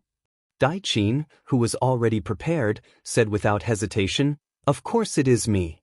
This time, you all only sent out 30,000 troops, while I am under the king's orders, leading 40,000 cavalry.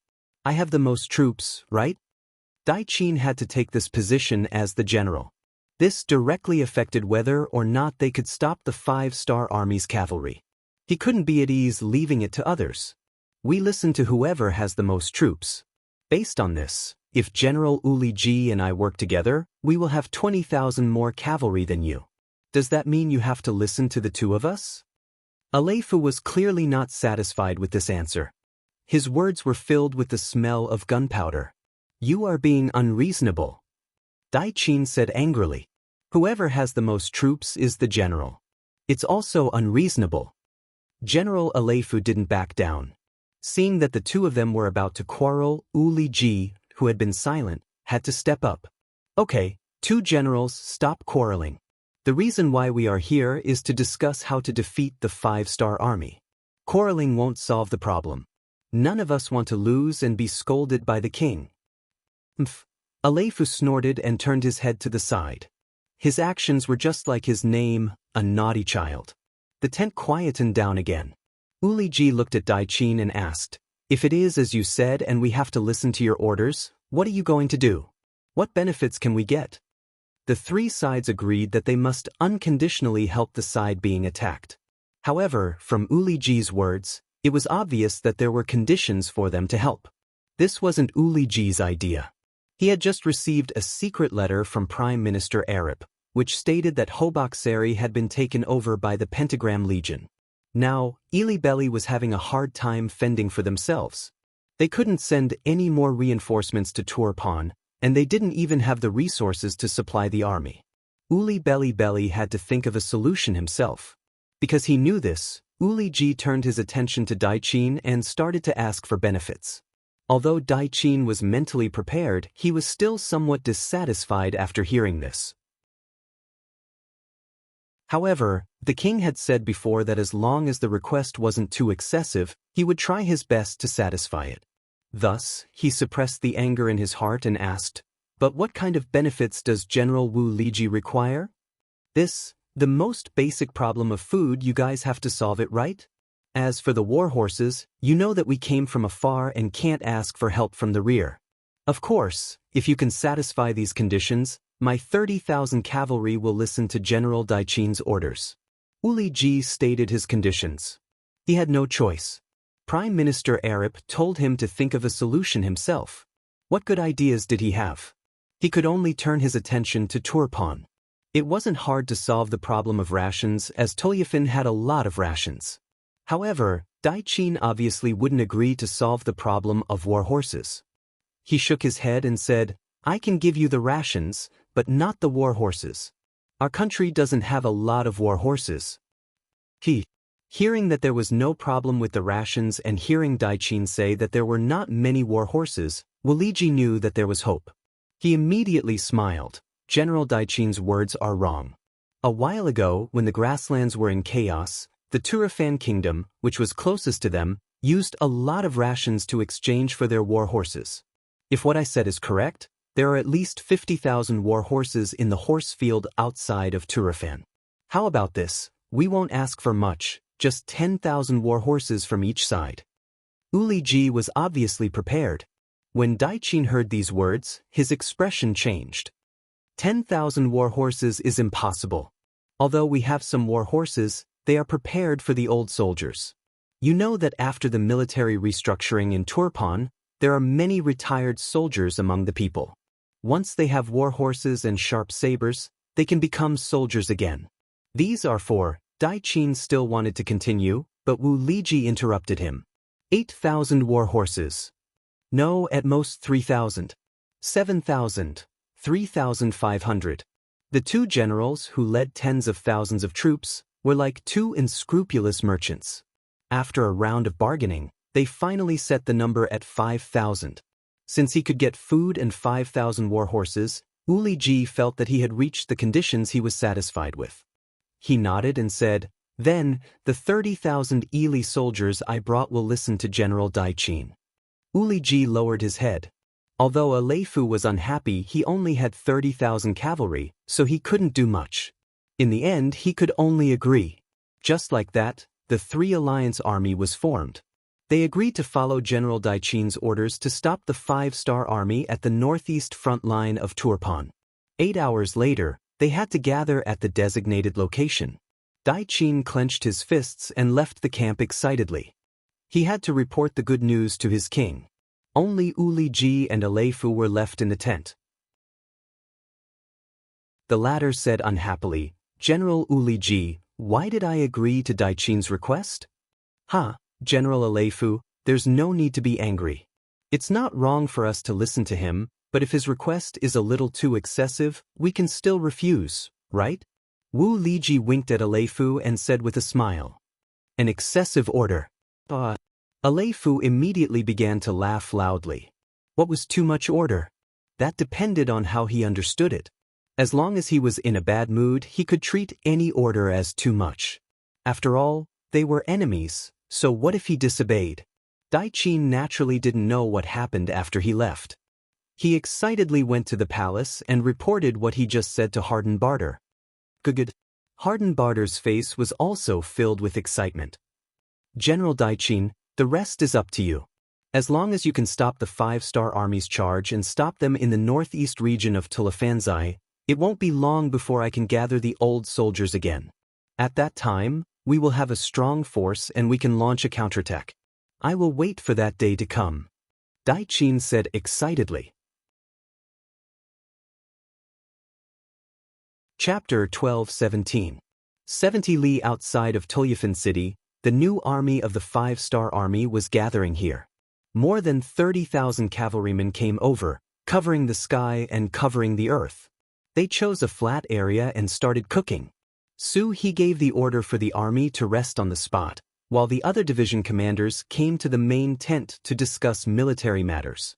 Inside the tent, he stood in front of a large sand table, waving a stick in his hand. The scouts at the front sent news that 30 li away from us, there are 40,000 cavalrymen from Tulyafin, 30,000 from Ili Belly and Yirkian. A total of 100,000 cavalrymen have already set up camp in 3 different camps. Everyone, what do you think we should do next? When Kulu and the other division commanders heard that there were 100,000 cavalrymen, their eyes all lit up. Clearly, there were so many enemies waiting for them to eat, and they were all very excited. However, at the same time, they knew that even if the 4th Cavalry Division Commander Changbo had already handed over the task of transporting the supplies to the 4th Cavalry Division and returned, there were only 30,000 cavalrymen.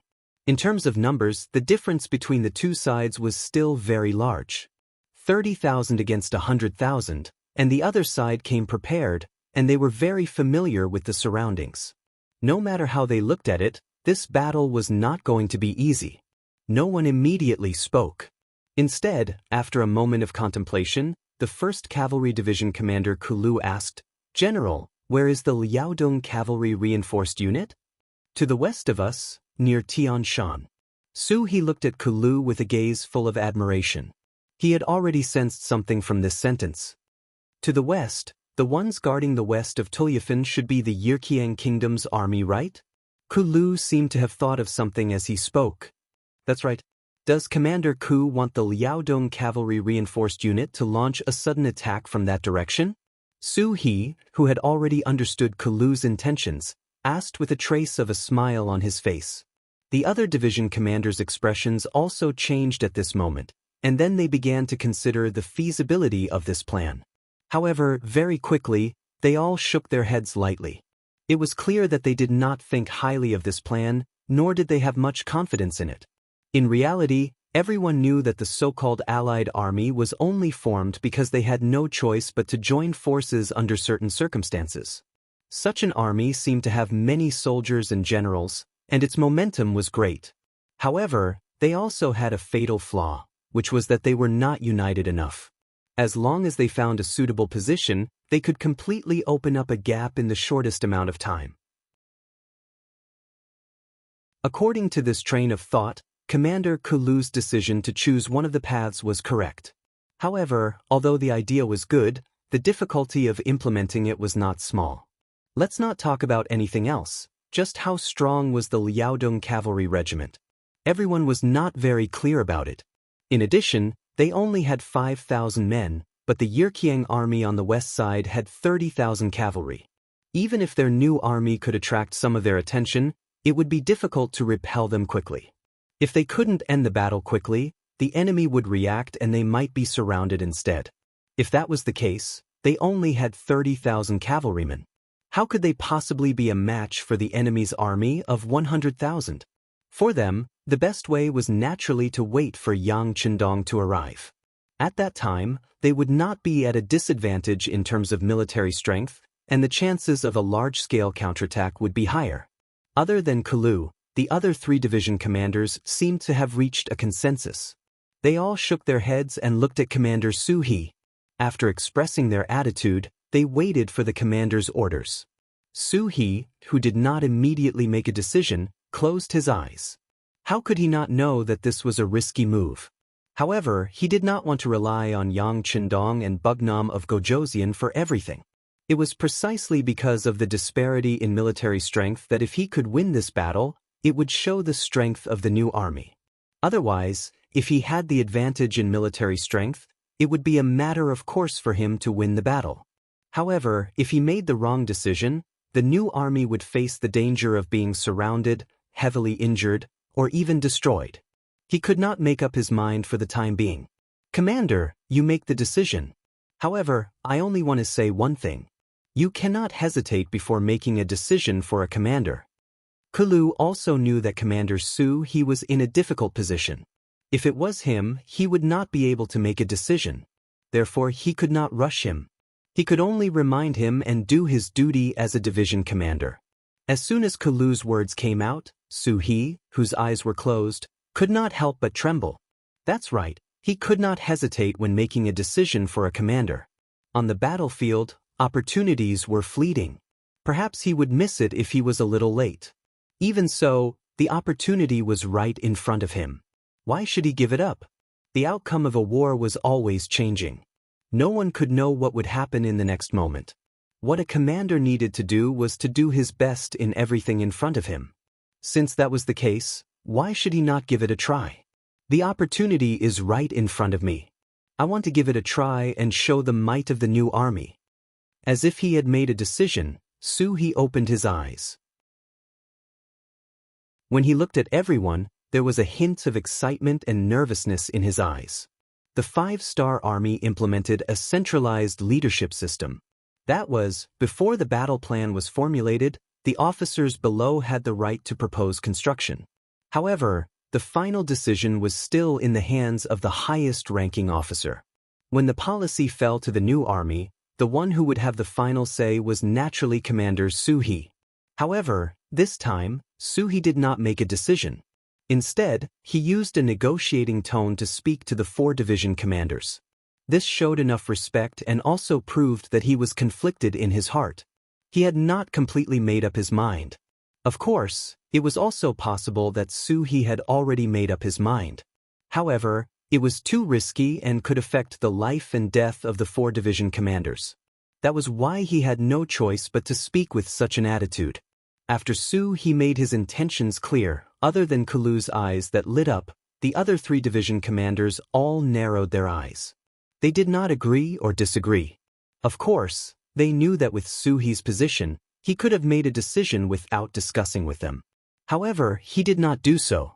This in itself was a form of respect. Then, how should they respond to this respect? Should they support it? However, if there was a problem, they might lose their lives here. Should they oppose it? It seemed that the fruits of victory were big enough to attract them. Perhaps if they did not do it, they would regret it for a long time or even for a lifetime. Seeing that everyone still did not express their opinions, Su-hee took a deep breath and said, "Everyone, I will not hide it from you. I have already received news that the new army is about to expand into a new army group. It is very likely that there will be 3 armies and a direct subordinate division. If that is the case, the military strength will reach 100,000 people." Suddenly, Su-hee threw out such a statement. It seemed to have nothing to do with the current topic, but these words caused everyone's eyes to light up. The new army was going to expand into a new army group. Did that mean that the new army could also be expanded? If that was the case, everyone's position would be promoted by a large level. The number of soldiers they could lead would also increase. It was even possible that they could exchange the 4 stars on their shoulders for a gold star. There was no soldier who did not want to be a general. This was even more so for the 4 division commanders who were only 1 step away from becoming a general. If they wanted to become a general, they had to have enough achievements to convince the masses. Right now, there was a huge contribution in front of them. What would they choose and what would they do? At this moment, everyone was shaken by Su-hee's words. In the end, Lei Chuandang, the commander of the 3rd Cavalry Division, and Chang Bo, the commander of the 4th Cavalry Division, both looked at Bai Kai, the commander of the 2nd Cavalry Division. In their eyes, Commander Bai Kai was like his name. He was a very talented person. Feeling the gazes of the 2 division commanders, Bai Kai's heart skipped a beat as he made a decision. "Commander, can we contact Liaodong's strengthening cavalry regiment and see how confident they are to complete this task?" "No problem. Report to Commander Tong Long of the Liaodong Strengthening Cavalry Division." Su-hee nodded. He also wanted to see the other party's attitude. If they directly refused, then no matter how good his idea was, he would not be able to implement it. In a forest less than 100 miles away from the foot of Tianxia Mountain, people could be seen walking around. This was the temporary base of the Liaodong Strengthening Cavalry Division. From this position, one could vaguely see the high mountains in the distance. As the commander, Tong Long knew that the highest mountain in the distance was Tianshan Mountain. Regiment Commander, Commander Su-hee of the new 3rd Army, sent a telegram. Deputy Regiment Commander Zhao Xing came to Tong Long's side with an excited expression and handed over a piece of paper. Tong Long and Zhao Xing had not been in contact with telegrams for a long time. Before this, they never thought that a small metal box could send a message thousands of miles away. Just based on this point, the 2 of them were shocked. They really didn't dare to imagine how many secrets the 5-star army had, and how powerful Yang Shi was. Luckily, the 2 were adaptable people and quickly accepted this new thing. However, every time they heard a telegram, they could not help but feel excited. Another telegram? As Tong Long spoke, he reached out to take the telegram. When his gaze fell on it, his hands started to tremble uncontrollably. Clearly, the contents of the telegram had made him very excited, even agitated. After a while, Tong Long's voice suddenly rose an octave. "Deputy Commander Zhao, our chance is here. The chance to prove ourselves is here. We must seize it. We must seize it." Zhao Xing's face was also filled with excitement. However, he quickly said in a low voice, "But this mission is not easy to complete. If we don't do it well, we will be surrounded and even eaten."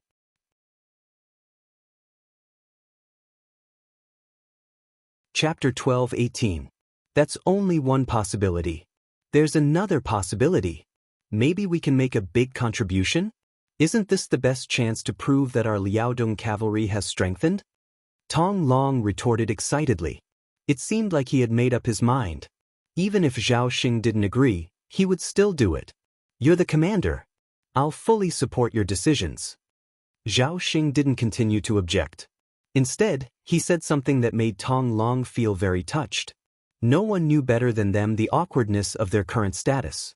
The so-called Liaodong cavalry reinforced regiment sounded quite impressive, but in reality, ever since they joined the 5-star army, they hadn't fought a decent battle. Although they had some small victories, they were just following the main force to get some military merit. To the ambitious Tong Long and Zhao Xing, this was not what they wanted at all.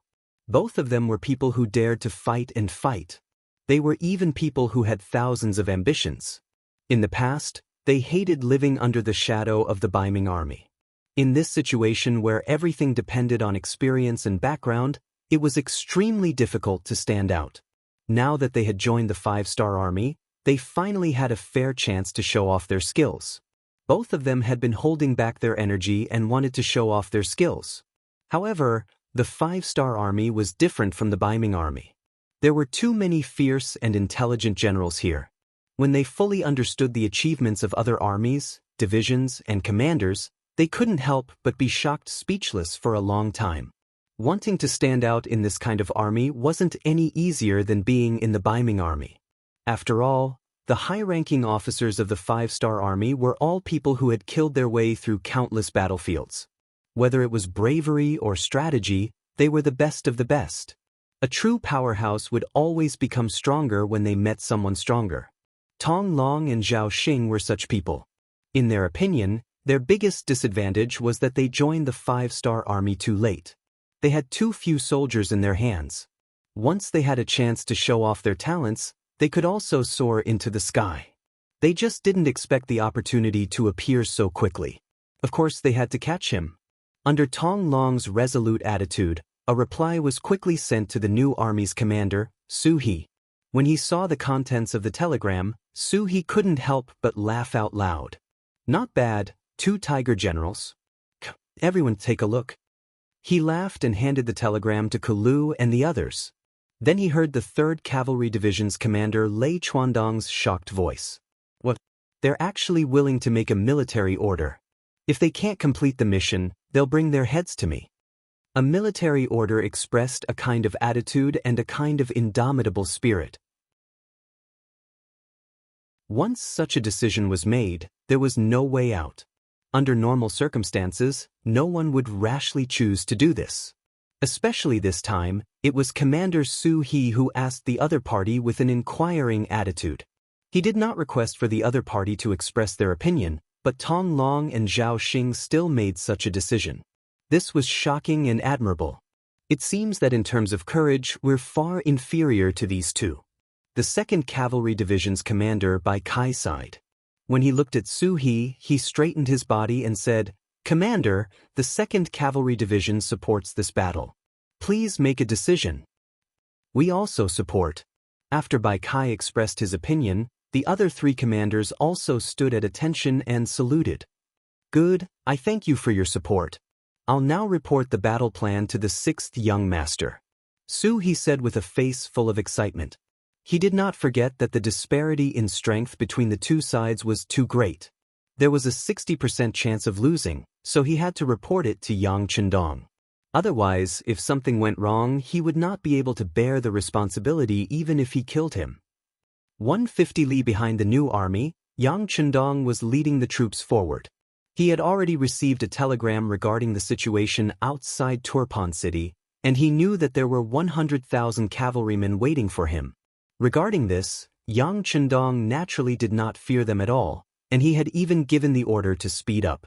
This was because from how he saw it, with just the new army and the Liaodong Cavalry Corps, it would be very difficult to deal with 100,000 cavalrymen. Just as the troops were speeding up, Commander Su He of the new army sent a telegram. After hearing about their request, Yang Chendong's expression became quite complicated. This was a great risk. This time, in order to solve the problem in Ili Bali, Yang Chendong had brought along more than 100,000 cavalrymen with him. Could be said to be a huge force. With this force, No matter which faction they faced, they would have an advantage. However, if it was one against many, it would be hard to say. After all, the situation in a war is often changing in an instant. If they don't deal with it well, the situation will change drastically. If it had been someone else like Yang Chendong, the most conservative approach would have been to wait for more Neon troops to be transferred here. That way, with the advantage of military strength, they could slowly nibble away at their opponents until they won the final victory. Yang Chendong's goal was too big, and he didn't want to waste the most precious time. If possible, he certainly hoped to solve the problem here as soon as possible so that he could charge toward the next target. But although the idea was good, the reality was cruel. Especially in the situation where Ili, Turpan, and Yarkiang joined forces, plus Yeshen of Wara was watching him in the dark, the situation of this war became more and more complicated. And now, an opportunity to turn passivity into initiative appeared in front of him. Facing the new army's request, Yang Chendong was caught in a dilemma for a while. Logically speaking, he thought that this battle plan was too risky. If things went wrong, more than 30,000 people would be seriously injured by the enemy's 100,000 cavalry, and it was not impossible for them to be eaten. But psychologically, he thought that this was a bold and feasible plan, because even he was amazed by this plan and felt that it was incredible, not to mention the enemy, they would definitely not think of it. To agree or not to agree, it was all up to him. Beta Persei, if the reconnaissance group and the light cavalry regiment attack with all their strength, how long will it take to meet the new army? Yang Chendong did not make a decision immediately, but wanted to understand the specific situation first. It will take at least a day and a half.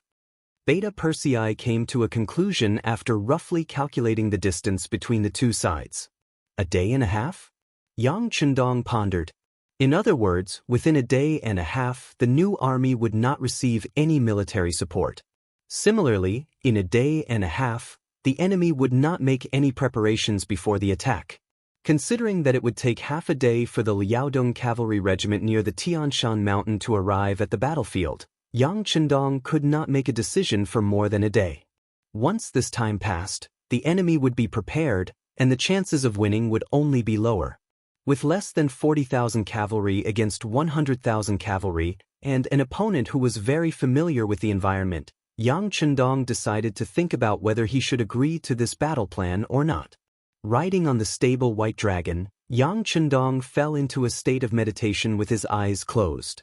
At this moment, in the new army's general tent, several division commanders were anxiously pacing around. 4 hours had passed since the telegram was sent, but the reply telegram still had not arrived. No one had any idea whether to fight or not.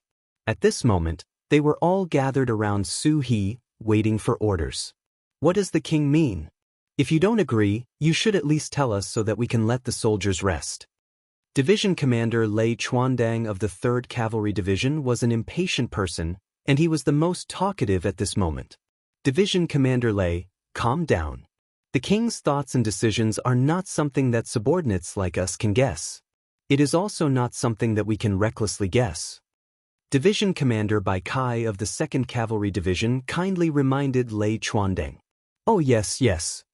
Lei Chuandang's expression immediately became a little ugly. What was he doing just now? Was he questioning Bugnam of Gojoseon? When he thought of what he had done, he was shocked. In the 5-star army, Yang Chendong's prestige was so high that no one was allowed to question him. This was not Yang Chendong's request, but the unanimous opinion of these generals. It was just that the situation was a little tense right now. If it was any other time, Lei Chuandang would have dared to say such words. Perhaps there would be no need for others. As Commander Su, he would be able to take him down first. Fortunately, at this moment, Su He was also anxious and felt the same as Lei Chuandang. That was why he did not reprimand him at this moment.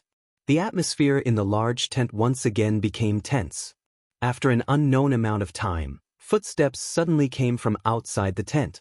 The telegraphers walked in and brought the results and answers that everyone wanted to see.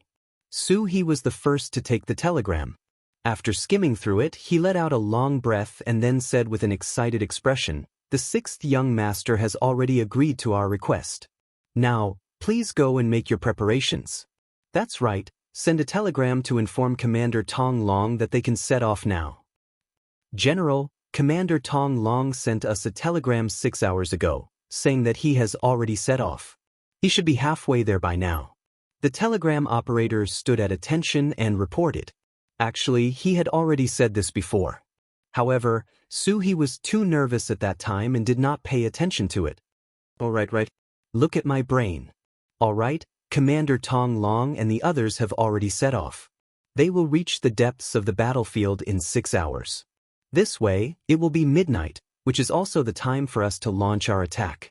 Like this, all the division commanders will take their positions and let the soldiers fill their stomachs and prepare for battle. That's right, in order to not attract the enemy's attention, we must be tight on the inside and loose on the outside. Even if we eat, we must eat dry food and not hot food. In short, there must not be any abnormalities. Don't worry, Commander. We understand. The 4 division commanders immediately stood up and saluted. Then, they hurriedly left the tent. When Suhi was left alone, he sighed and said, "Sixth young master, just wait for the news of our new army's victory."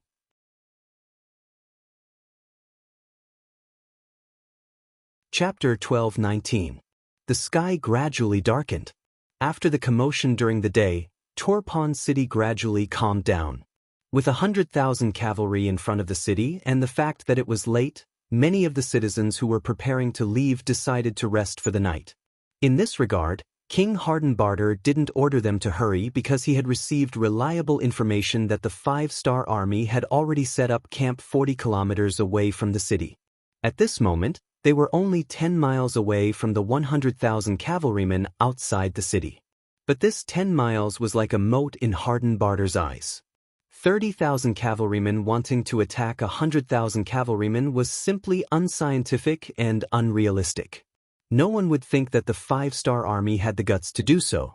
If he was them, it would be a good thing if the 100,000 cavalry didn't attack first. Speaking of not taking the initiative to attack, General Daichin was very annoyed.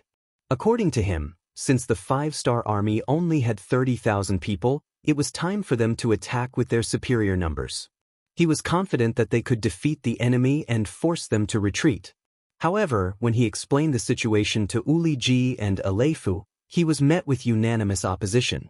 As reinforcements, they were only here to help evacuate Turpan City. They weren't here to attack the 5-star army. In their eyes, the best result would be for the 5-star army to retreat in the face of their 100,000-strong army. They would be able to force the enemy to retreat without shedding a drop of blood. It would be better than a chaotic battle where both sides would suffer losses. The internal disagreement caused General Daichin to lose a chance to attack first. They didn't know what kind of disaster the loss of this opportunity would bring them. Bastards, a group of short-sighted people. They will be punished sooner or later. Daichin angrily returned to his tent with a face full of anger. After getting angry, Daichin didn't have any better ideas. No matter if it was Uli Ji or Aleifu, they weren't his subordinates. If the enemy attacked, it would be fine. In order to unify the command, they would listen to his orders. But now, asking them to attack was indeed a bit too much. Alright then, let's wait.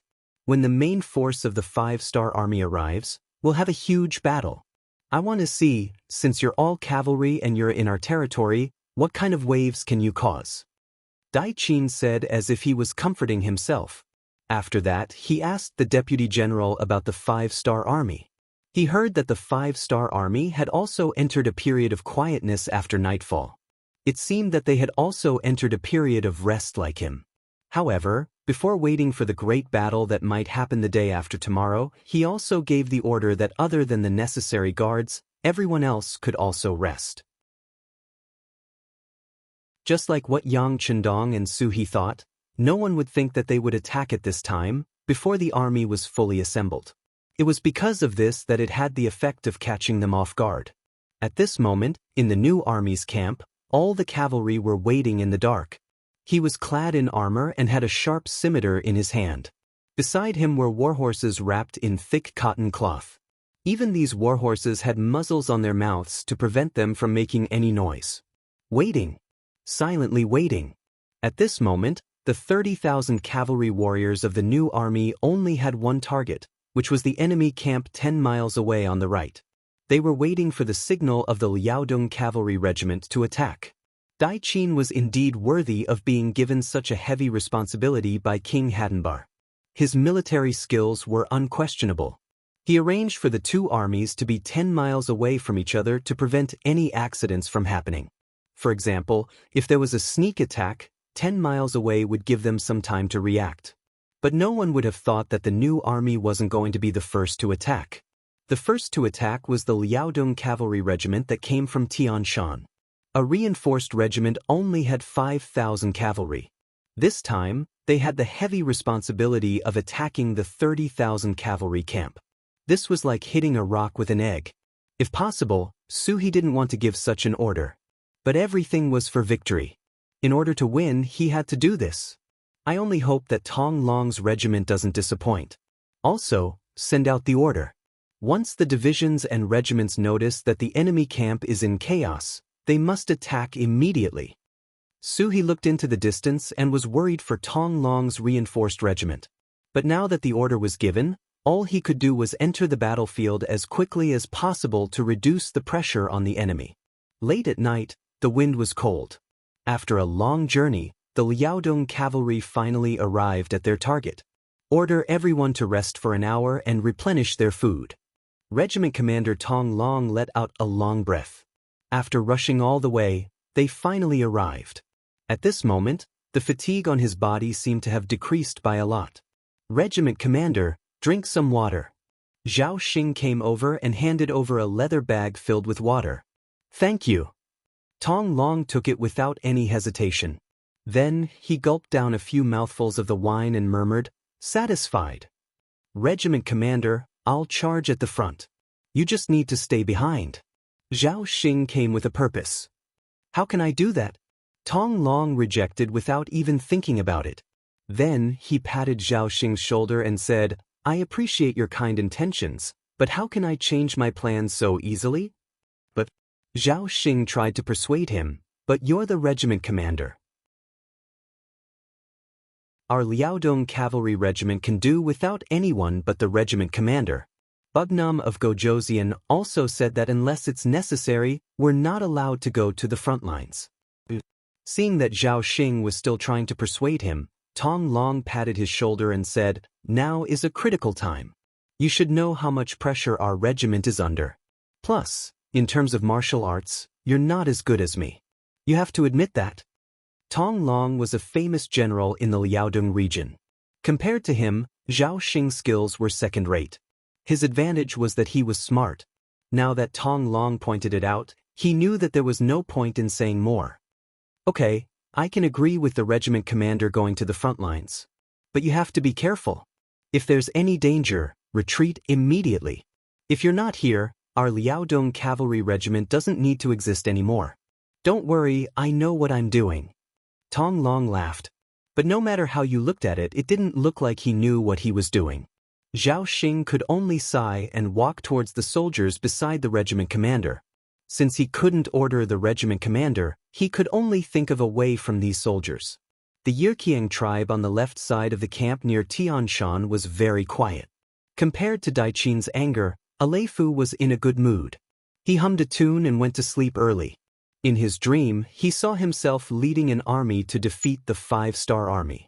He was leading 30,000 cavalrymen to charge forward with a momentum that could topple mountains and overturn seas. The war drums were beating, and the battle cries were shaking the heavens. It was truly a lively scene. General, General. Just as he was having a beautiful dream, he suddenly felt a large hand pushing him. This made Aleifu a little unhappy and he suddenly opened his eyes. At this moment, he realized that he was lying on a bed. At this moment, he also realized that it was just a dream. It was just a dream. Just as Aleifu was about to let out a sigh of relief, he suddenly revealed a shocked expression. No, if it was a dream, then why was it so clear? Now that he had opened his eyes, why was there still the sound of iron hooves? What was going on? Before Aleva could ask, the soldier that woke him up said, "General, enemy attack, enemy attack. The deputy general has already led the troops over." "What? Enemy attack?" Alefu immediately sat up from the bed. At first, he was confused. After a few breaths, he reacted and asked, "How could it be an enemy attack? The 5-star army only has 30,000 cavalry. Would they dare to attack us? Also, the Turpan cavalry is in the middle of the army. Shouldn't they be the closest to the 5-star army? Did they already retreat?" It was because his tent was right next to the Turpan cavalry camp. If the 5-star army wanted to charge over, they would have to pass through that barrier first. Alefu was caught off guard, and now that he heard that there was an enemy attack, he naturally felt helpless. "No, General. The 5-star army isn't the 5-star army from the front. They came from Tian Shan." The bodyguard didn't know how to explain. He could only tell what he knew and what he saw. Not the 5-star army from the front. Could it be the main force of the 5-star army is here? Alright, how many people are there? Alefu thought of a terrifying possibility. The sky is too dark. It's impossible to see. There seems to be a lot of people. They came from all directions and their battle cries shook the sky. Because of the sky, visibility was limited. The soldier didn't know the details and could only answer based on his own guesses. When he heard that there were a lot of people, Alefu's face became very ugly. If both sides were to fight head-on, he wouldn't be afraid of anyone. But now that he wasn't on guard at all, he didn't know how much fighting strength the army could bring out. The soldier was still waiting for the general's orders. No one knew how bad the situation outside was. Perhaps if they delayed for a second, they would lose a lot more men. Looking at the general, he seemed to be in a hopeless situation. The soldier suggested, "General, we can ask the Turpan army for help. This time, we are here to help them. They have the duty and responsibility to help us."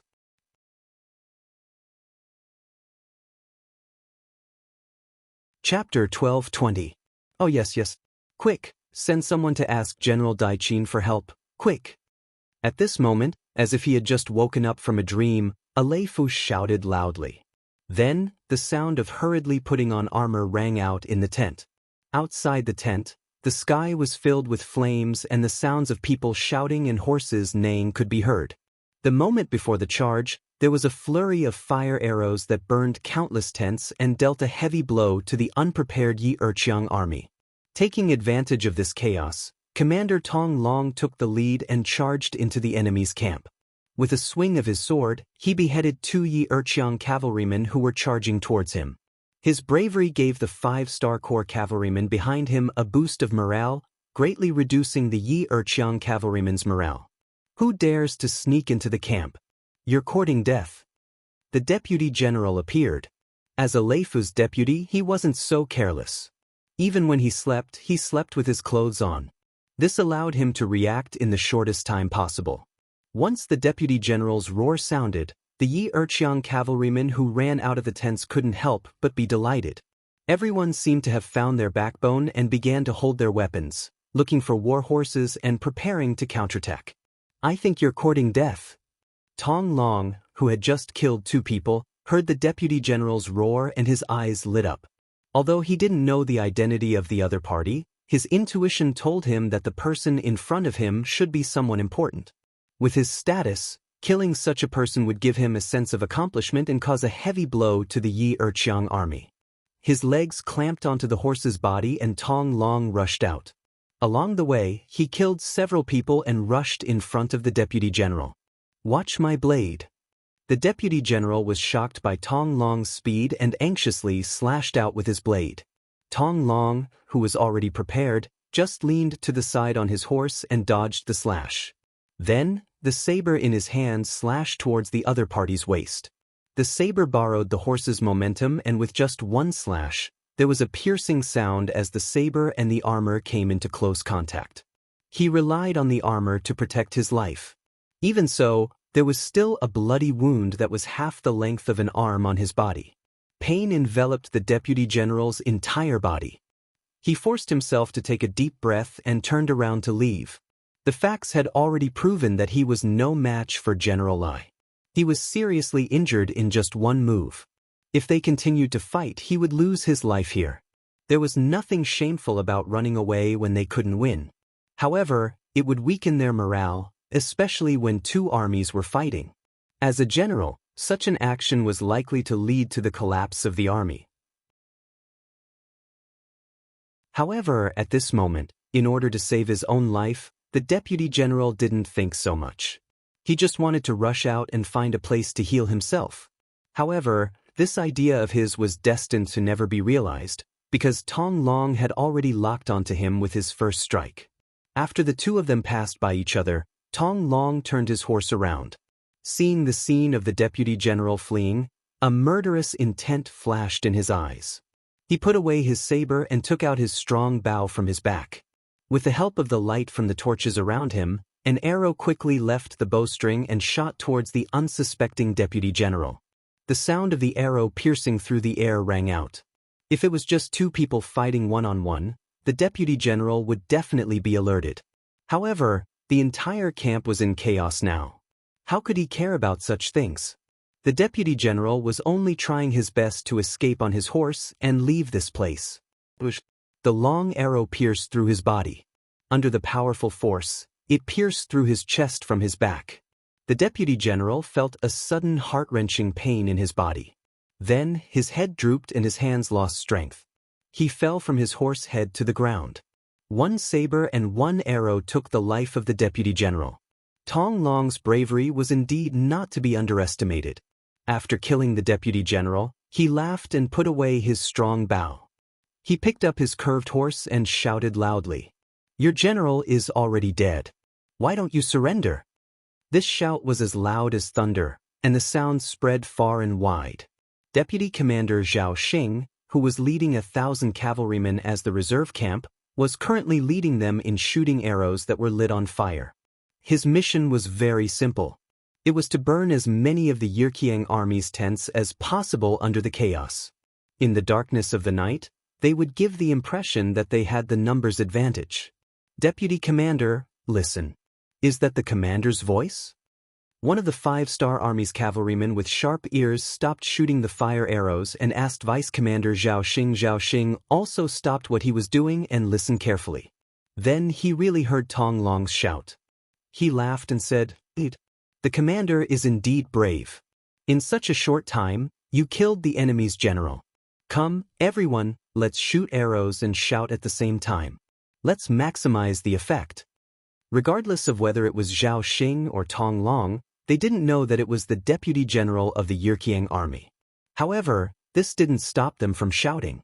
At the very least, the deputy general was still a general. The impact of the shout from one person to 1,000 people shouting was completely different.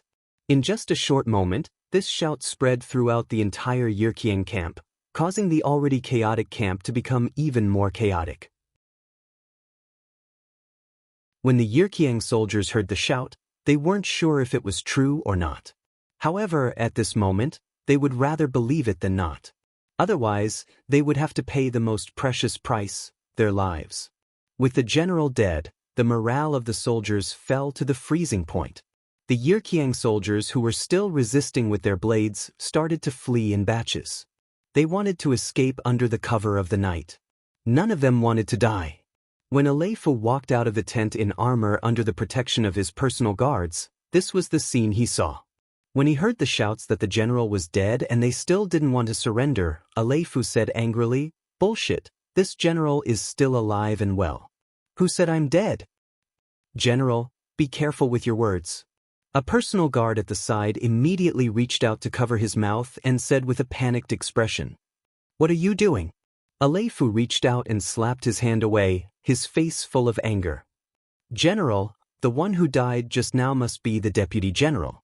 Now that the morale of the army is in chaos, it won't help if you stand out.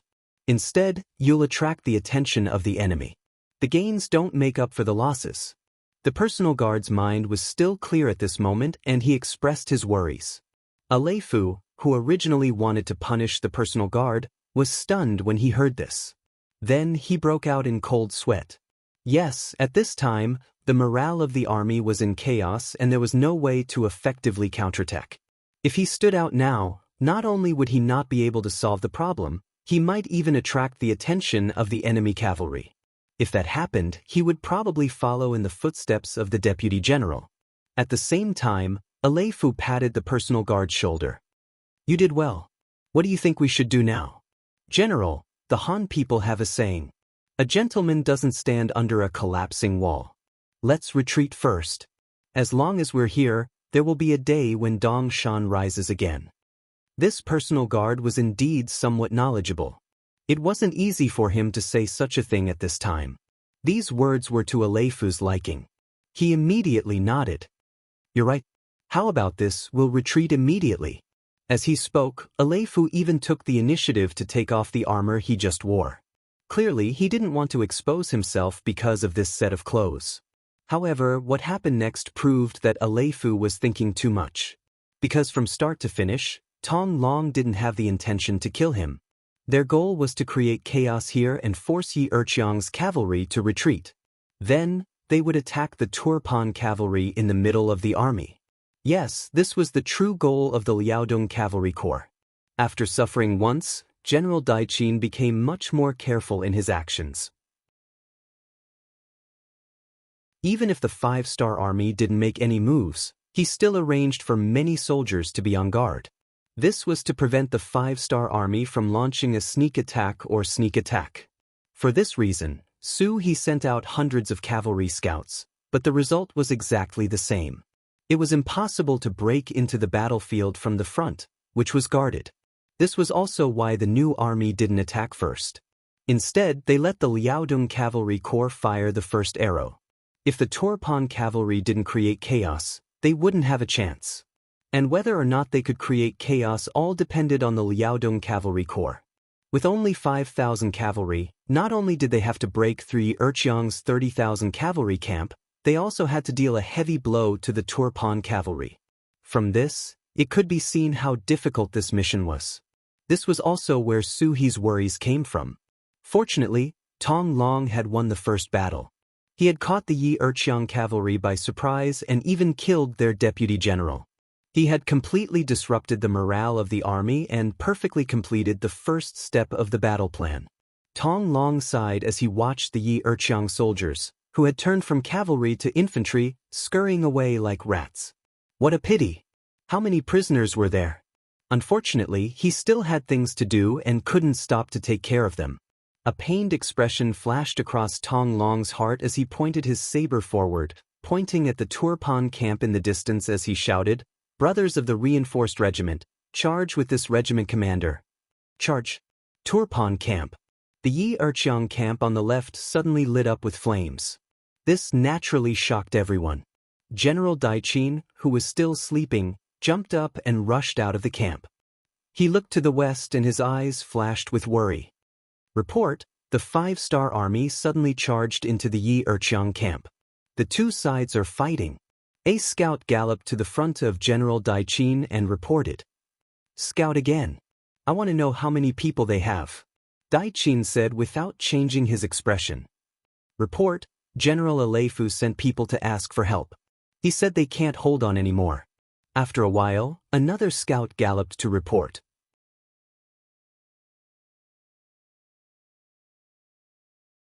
Chapter 12:21. Anger flashed across Daiqin's face. The 30,000 cavalry couldn't hold on anymore? In his opinion, this was simply because Astral didn't want to resist and didn't want to fight head-on with the 5-star army. It was just a way to preserve his strength. Even if we can't hold on, we still have to. Ignore them. Daiqin snorted coldly. How could it be so easy to win without putting in any effort? Daiqin believed that even if the 30,000 cavalry met with a sudden attack, it would only be a temporary panic. As long as they stayed true to their hearts, they would be able to quickly turn the situation around. There was nothing to be worried about. What he was worried about was the fact that he didn't understand. Who were these 5-star cavalry that suddenly appeared? How many people were there? How did they appear on the west side without anyone noticing? The answer to this question was quickly revealed. This was because Tong Long had already led 4,000 cavalrymen towards the Turpan camp. Because there were already scouts keeping an eye on the situation, the moment Tong Long and the others made their move, they were immediately discovered by the scouts of the Turfan army and reported back. On the way back, they met some Turpan cavalry who were guarding the front. When they heard that someone was coming from the side, they immediately went up to meet them. On the battlefield, there was a saying that the commander's orders were not to be given out. Now that the 5-star army was right in front of them, the Turpan cavalry in charge of guarding the front couldn't just sit there and do nothing. In reality, even if they didn't meet them, Tong Long would have brought his army over. This was his important mission. Good timing. Seeing that the enemy was about to meet them, Tong Long laughed loudly. Then, with less than 4,000 men, they charged straight at the 3,000 cavalry. With the advantage in numbers and the imposing killing intent, both sides left behind many corpses and blood after just one clash. The enemy is so strong, request for reinforcements. In the same clash, the Turpan general, who had lost hundreds of cavalrymen, sensed an immense sense of danger. As he swung his saber through the air, he yelled loudly to the soldiers beside him. The personal guard turned around and rode away.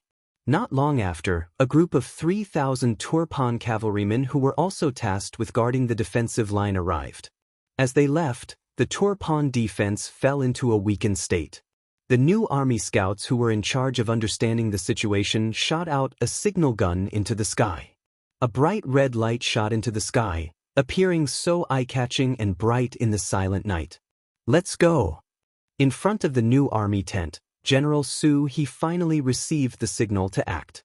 He immediately roared and the 30,000 5-star army cavalry charged out like a pack of wolves. However, unlike before, they didn't shout. Under the heavy protection of the horses' mouths and hooves, the 30,000 cavalry charged forward like ghosts, approaching the Turpan front lines. It was only a distance of 10 li. The new army cavalry, who were prepared, only took 5 to 6 minutes to charge out. However, these 5 to 6 minutes were like torture for the Liaodong cavalry regiment. General Daichin, who had been injured once, was very careful this time. Just the cavalry at the front of the camp alone numbered 15,000. They were split into 5 groups, each of which was 3,000 cavalry. When Tong Long brought the 4,000 cavalry and charged in, a total of 3 groups of 9,000 Turpan cavalry entered the battlefield. With double the number advantage, they quickly surrounded the Liaodong cavalry regiment. Not only that, Daichin, who had received the news, had already called all the cavalry in the camp. He arranged for the generals to come to the camp for a meeting while ordering all the cavalry to put on their armor and get on their horses. This time, Daichin's reaction was extremely fast. Even though he hadn't seen through the 5-star army's plan of attack, he relied on his advantage in numbers and made up his mind to take down the thousands of 5-star army cavalry that he had surrounded. "General Dan, you bring 5,000 cavalry to stabilize the northern line, in case the 5-star army's main force suddenly invades. General Tong, you bring 5,000 cavalry to continue the encirclement of the 5-star army. This time, we can't let any of them escape." The other generals quickly prepare for battle and wait for the order to attack. At the same time, send someone to contact General Wu Liji and tell him to also prepare to attack the 5-star army. Daichin quickly made a series of arrangements and the generals quickly headed out of the tent. Then, a messenger came to report that on the main battlefield, the 5-star army had indeed launched an attack. 2 groups of 6,000 cavalry were fighting with their lives on the line. They came so fast. General Daichin's eyes flashed with surprise, but he quickly calmed down. He was confident in his cavalry. As long as they could hold on for a while, once the 5-star army was completely wiped out, he would be free to deal with the enemy at the front. At that time, with the help of the 30,000 cavalrymen from Yili, a beautiful counterattack wouldn't be a problem for them to achieve victory. At this time, on the main battlefield, the intense battle had just begun. The new army was already prepared. Under the cover of the night, they were only discovered when they were a mile away from the Turpan cavalry. Then, both sides first engaged in a battle of long-range archery. After both sides suffered casualties, The close combat battle began. On the side of the new army, the one in charge of the vanguard was the new army's 1st Cavalry Division's commander, Kulu. To be able to become the commander of the 1st Cavalry Division, Kulu's strength was obviously above normal commanders. This time, he was the vanguard. It could be seen that He had high hopes for him. Therefore, in the first charge, the 1st Cavalry Division fully displayed their ferocious momentum. At one point, they fiercely suppressed the 2 battalions, 6,000 Turpan cavalry, and forced them to retreat. When they gained the upper hand in the first battle and the situation was better than he had expected, he was both excited and worried. He was excited because the number of enemy cavalry was less than he had expected. He originally thought that with the strength of the Liaodong Cavalry Regiment, after messing up Yi Erqiang's cavalry camp, it would be good enough to attract the attention of the 2 Turpan cavalry units. Now, it seemed that the effect was even better. They actually attracted a total of 3 units. This reduced the pressure on him on the battlefield by a lot, allowing him to complete his mission better. He was excited. What he was worried about was that the Liaodong Cavalry Regiment, which only had 5,000 people, was surrounded by enemy cavalry several times their number. Every minute was torture.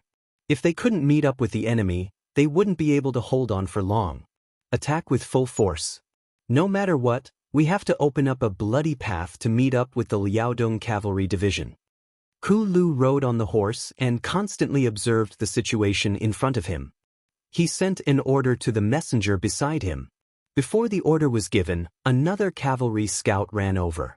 Before the person arrived, his voice was already loud. Division Commander, the Turpan cavalry has increased. 5,000 cavalry are coming towards us. 5,000 cavalry are going to the left flank. What? Hearing the Turpan cavalry's quick reaction, Kulu's face became a little ugly. The enemy's quick reaction obviously increased the difficulty of the following plan. Narrowing his eyes, Kulu quickly suppressed the nervousness in his heart. After forcing himself to calm down, he suddenly shouted, "Men, inform the 1st Captain, Wu Ba, to go and rescue the 1st unit of the Liaodong Cavalry Regiment. In short, even if you have to use your body, you have to create a way out for me." The 1st Regiment Commander Wu Ba, as his name suggested, was abnormally tall and sturdy. He weighed no less than 80 kilograms, and his body was 8 feet tall, 84 meters tall. Logically speaking, this kind of weight wasn't suitable for cavalry. This was because the problem of weight would inevitably increase the burden on the warhorse. However, Wu Ba was tall and agile. Later on, he was specially recruited to be a member of the cavalry. Because of his size, his warhorse was also specially allocated and belonged to the very tall category. At the same time, Wu Ba was also a subordinate that Kulu admired very much. At the time, he was the 1st Regiment Commander of the 1st Cavalry Division. This time, Kulu sent him to reinforce the reinforced regiment. This was enough to prove that he valued this ally very much. The moment Kulu gave the order, the other officers from the division headquarters were all stunned. One of them said with a face of worry, "Wu Ba is leading the main force of our 1st Cavalry Division. Now, there are still 5,000 Turpan cavalry coming at us. Why don't we send other regimental commanders to rescue the reinforced regiment?" "Other regiments? Who's up to the task?" Kulu asked without any explanation. Then he shook his head and said, "This division commander knows what you are thinking. With Wu Ba gone, the pressure on us will definitely increase. However, this division commander still has to do this. When we came here, the division commander gave an absolute order that the reinforced regiment must be rescued. They are risking their lives for us. If something really happens, how will others look at us? How will Bugnam of Gojoseon look at us?" After asking a few questions in one breath, Kulu saw that the other officers seemed to have something to say. He directly waved his hand and said, "All right, this division commander's orders cannot be changed. If you have any objections, you can convey them to the division commander after the battle." On the battlefield, the division commander had the final say. It was precisely because of this that the morale of the army could be guaranteed. As for whether there would be different opinions on the battlefield, that would be decided by the division commander. Since Kalu had said this, even if the other officers had different opinions, they could only obey. After giving this order, Kalu's gaze involuntarily turned towards the Ili camp on the other side. According to the battle plan formulated by the new army, the Liaodong Cavalry Reinforced Regiment was responsible for messing up the Yarqiang camp and charging towards the Turpan camp. The 1st Cavalry Division was responsible for attacking the Turpan camp from the front. These plans revolved around one goal, and that was to create an opportunity for the other 3 cavalry divisions of the new army to attack the Ili camp.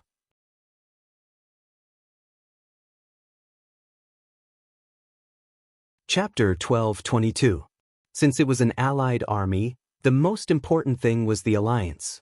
If this alliance could be broken, the 3 allied armies would become 3 isolated armies. At that time, the 5-star armies would be able to attack whoever they wanted to attack when faced with their weakened enemies. Breaking the alliance naturally became the most important issue. After the discussion, the new 3 armies set their sights on their old rival, the 30,000 cavalrymen of Ili Bao. The reason why they chose them was because they were the closest to Baiming. If they attacked from there, they wouldn't have to worry about enemies suddenly appearing. Secondly, they had defeated the Ili cavalry before. They knew the strength of the 5-star army. With this shadow, they would have a higher chance of defeating them. That's right, defeating them, not defeating them. Rather than injuring 10 fingers, the new 3rd army would rather lose some soldiers and horses. This time, they wanted to deal a heavy blow to Ili's 30,000 cavalrymen. Only then would they be able to defeat the so-called allied army. It had to be known that not long ago, the 1st Cavalry Division had taken over Hobak Seli City. It was equivalent to cutting off the Ili cavalry's retreat to the north. If they heavily injured the Ili cavalry here, they would definitely become very obedient. When they couldn't even take care of themselves, the so-called allied army would collapse on its own. Just as Kalu was looking at the Ili cavalry camp, the new army's commander Su, he was leading 3 cavalry divisions to surround the Ili cavalry division. Relying on the concealment of the horses' hooves and mouths, when the 3 cavalry divisions suddenly appeared in front of the Ili cavalry camp, it gave Wuli Ji a big fright. When the flames in the west reached the sky, he had already gotten out of bed. He put on his armor and began to gather the troops. Following that, news spread that the 5-star army had begun to break through the enemy and attack the Turpan cavalry camp. When he received this news, Wuli Ji's heart was sweeter than honey. In his eyes, the situation was very clear. This time, the 5-star army's target was definitely Turpan and Yarqiang. He could stay out of it and watch it all as a bystander. Just now, General Daichin sent someone to ask for help.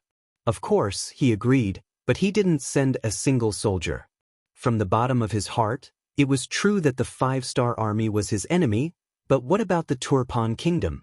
Wouldn't it be great to be able to sit on the mountain and watch the tigers fight? Wouldn't it be great to be able to reap the benefits while the 2 enemies fought? He wasn't stupid enough to immediately send troops to help Turpan. Of course, due to their relationship as allies, he would definitely send out his troops.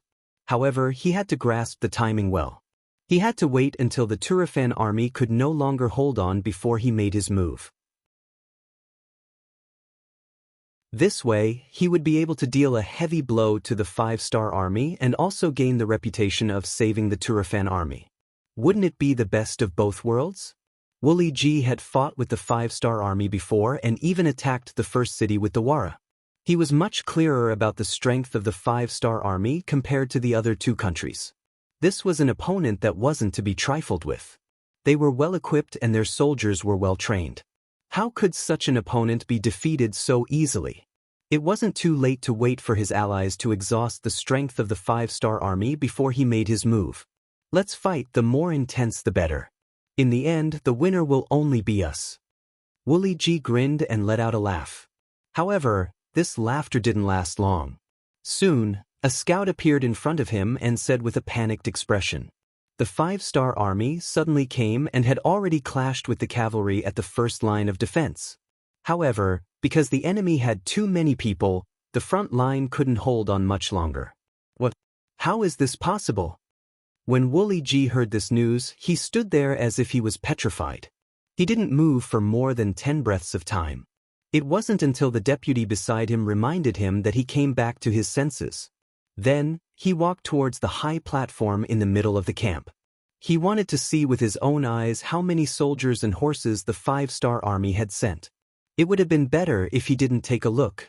Now that he took a look, he saw that under the night sky, there were flashing torches everywhere. He could hear the sounds of charging and killing.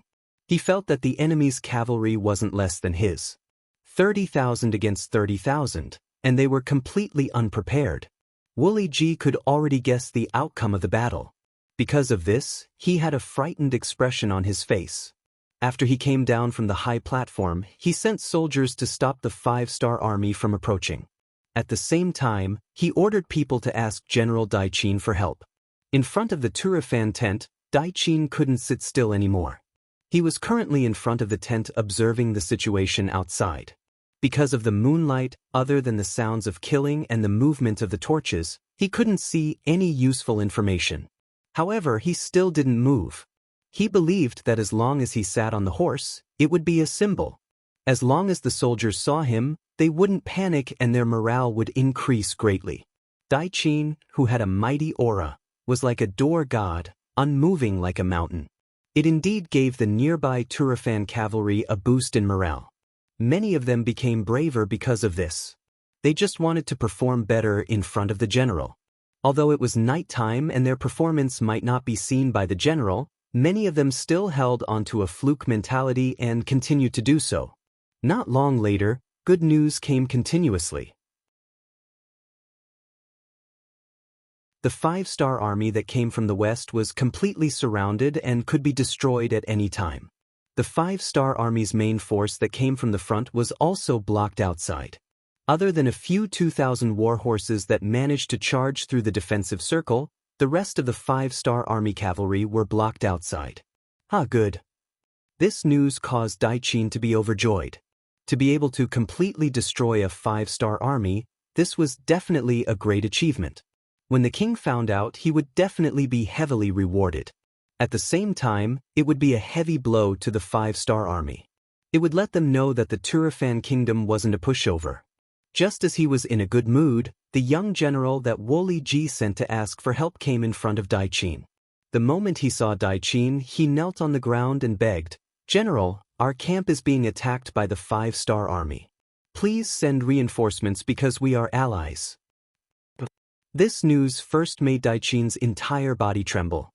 Then, his expression froze. However, after a few breaths of time, his face blossomed with an unnoticeable smile. "This young general, you said that your camp is being attacked by the 5-star army, but how many enemies are there?" So many I can't even count." Hearing this, the young general raised his head and said in panic. However, in Dai Qin's eyes, he mistakenly thought that the panic was because the general was scared of him. Even if Wu Liji was trying to deceive him, he shouldn't have sent someone more mature. Thus, he coldly snorted and said, "All right, this general already knows about this matter. Please go back and tell Wu Liji that reinforcements will be arriving soon." "Yes, thank you, General Dai Qin." The young general let out a sigh of relief, as if he had completed an important mission. He hurriedly bowed and left. After the young general left, the other Turfan generals couldn't help but ask, "General, are you really going to send reinforcements?" "Send what?" "When we asked for reinforcements, they didn't send a single soldier. What bullshit 5-star army's main force attacking? It's clearly an excuse not to send reinforcements." Whatever, we don't need to care about them. With our current strength, we can completely take the credit. We don't need other people's help." Dai Qin completely misunderstood. Of course, he couldn't be blamed for this. Who would have thought that the 5-star army's plan was to create a diversion? Furthermore, they first attacked Yarqiang Kingdom, then Turfan. Would they really attack Ili in the end? No one would believe that the pitiful Wu Liji would have to face the attacks of the new army alone. From the start of the new army's attack, it was extremely ferocious. In their hearts, they were clear that to create this opportunity, they had completely sacrificed the Liaodong cavalry regiment's benefits. Since their allies were willing to help them, they obviously couldn't just watch them die. This required them to increase the speed of their attacks. First, they had to heavily injure Ely, then they would be free to deal with Turefan's main force. Naturally, there was another important reason. That was, no one dared to say whether Turefan would suddenly send reinforcements to help Xiao Ely's main force. If they really did that, then they would truly be in danger. With these two main reasons, the new army's three main cavalry divisions, from the moment they started attacking, they were like brave giants. Anyone who dared to block their path would only have one result: death. Without any preparation, facing the fierce attacks of the five-star army, the Turefan army was forced to retreat step by step. At this time, Wu Liji made an even more wrong decision. That was, he didn't send his entire army forward at once. Instead, he sent out 2,000 to 3,000 cavalry at once. He wanted to stop the attacks of the five-star army. He wanted to leave behind enough troops to wait for the cavalry from Turefan Kingdom to join forces with them to counterattack the five-star army. It was impossible for reinforcements to come. After the battle lasted for more than an hour, Wu Liji finally understood this point clearly. Less than half of his 30,000 cavalrymen were left after this battle. I can't wait any longer. Seeing that the reinforcements from Turefan still hadn't arrived, Wu Liji's eyes flashed with anger. The distance between the two camps was only 5 li.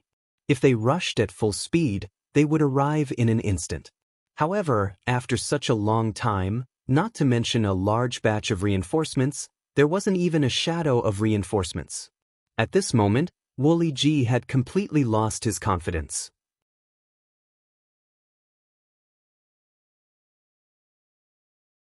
Chapter 12:23.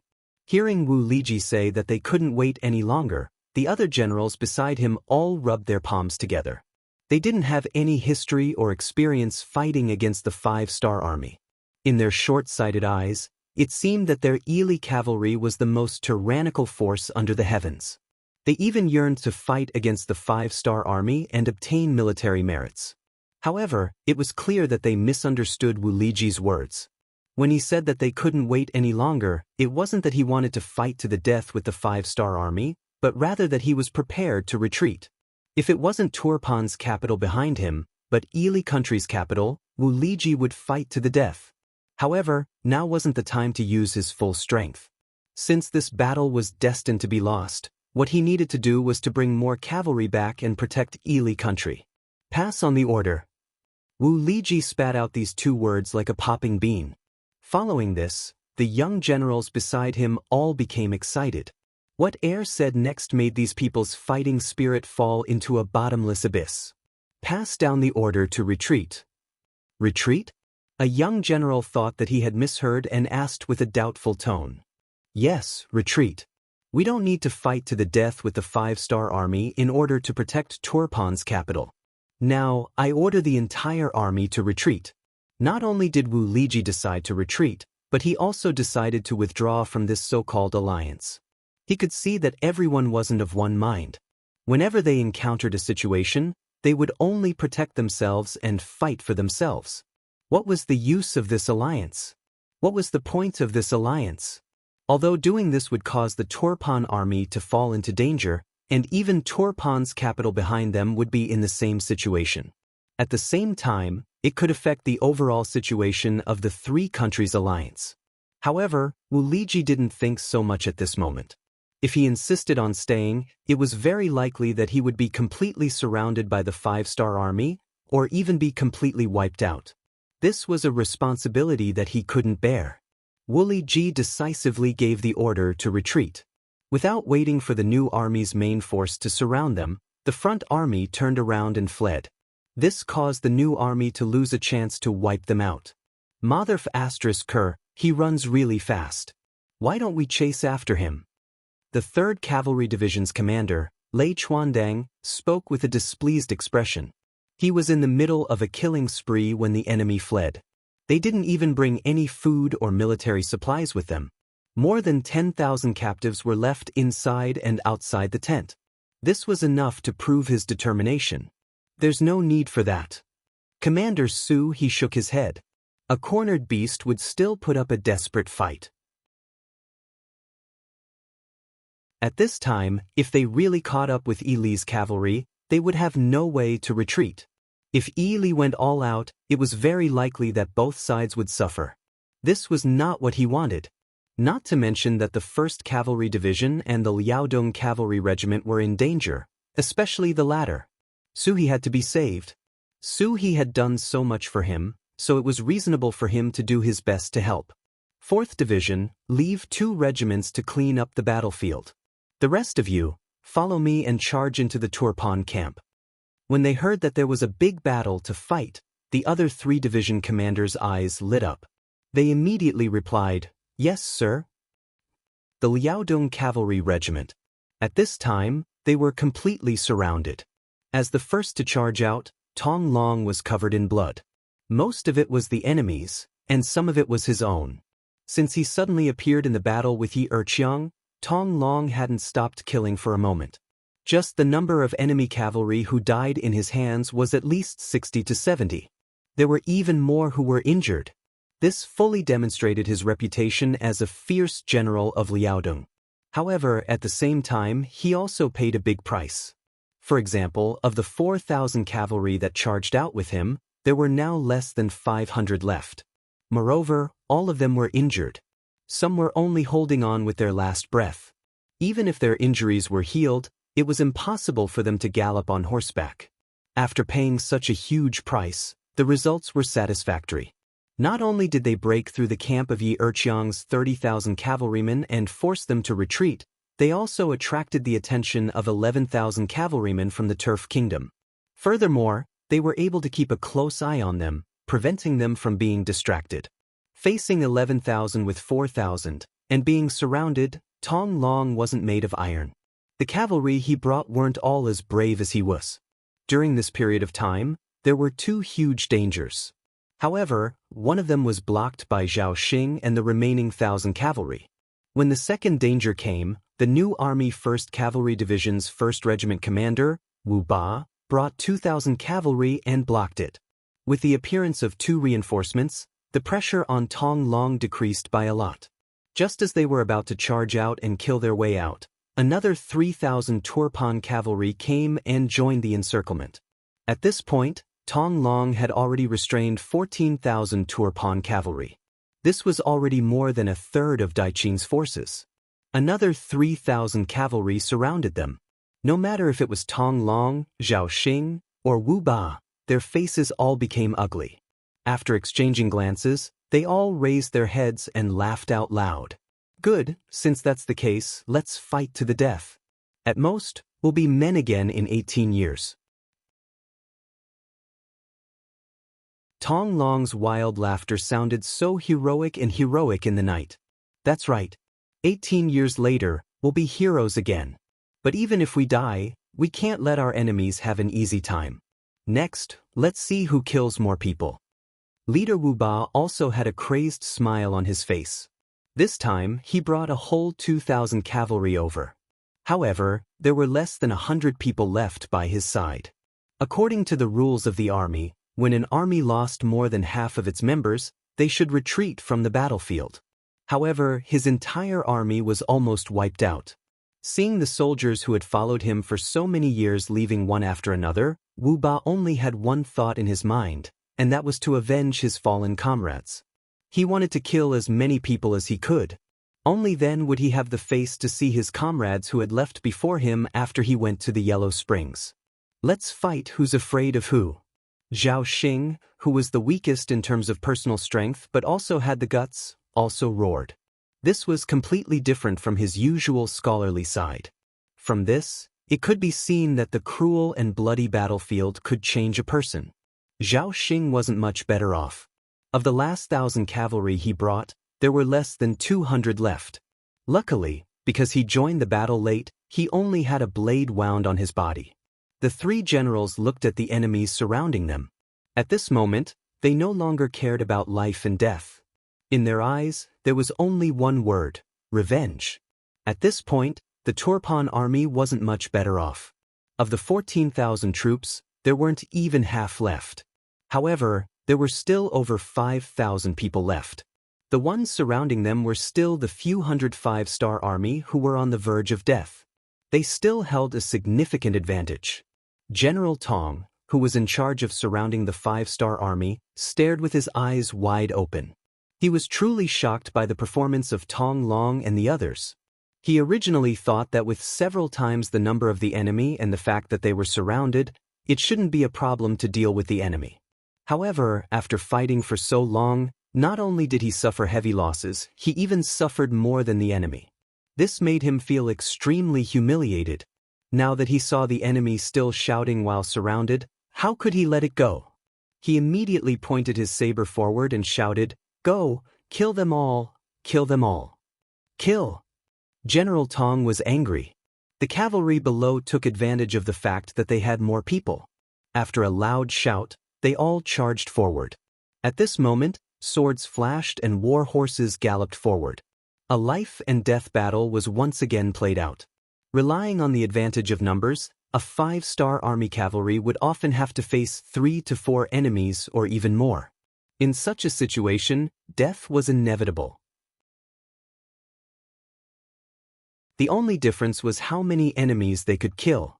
With the thought that killing one was enough and killing two was worth it, the five-star army cavalry soldiers didn't care about life and death. With the determination to fight to the death, they didn't defend and launched a final attack on the Turpan cavalry. Their morale was still high and they waved their sabers resolutely. But after all, they weren't made of iron. After using up most of their strength, the sabers in their hands gradually lost control. Even the horses under their butts were letting out muffled snorts. That was a sign that they were about to use up all their strength and were about to lose all their strength. However, at this moment, no one cared so much. When all the soldiers were prepared to die, in their eyes, death was no longer that scary. In their eyes, there was only killing the enemy. Only killing the enemy. In the face of death, the hundreds of soldiers of the five-star army burst forth with their greatest potential. Many of them weren't killed by the Turpan cavalry, but by the exhaustion of their bodies. In the end, they couldn't even ride their horses and fell to the ground, unconscious. Among them was Commander Tong Long. When he launched the counterattack, he was the one who took the lead. Relying on his own bravery, he swung his saber almost instinctively, cutting down 4 sturdy Turkmen cavalrymen. When he swung his saber for the 5th time, due to the decrease in speed, it was finally blocked. Under the powerful rebound force, he lost his balance and fell off his warhorse. "Commander!" Tong Long's fall from his horse attracted the shouts of more than 10 soldiers who saw this scene. This shout also greatly stimulated the other five-star army cavalry soldiers. They charged forward as if they had gone mad. Some of them didn't even have the strength to hold their sabers, but they still used their bodies to open up a path of blood. It was all for the sake of protecting Tong Long, who they didn't know whether he was dead or alive, from being trampled and killed by the Turpan cavalry. However, there was a limit to their madness, especially when they didn't have the strength to do so. As more and more five-star army cavalry fell to the ground, the encirclement of the Turpan cavalry became smaller and smaller. In the end, Wu Ba and Zhao Xing were surrounded in an extremely small area with less than 50 cavalry soldiers.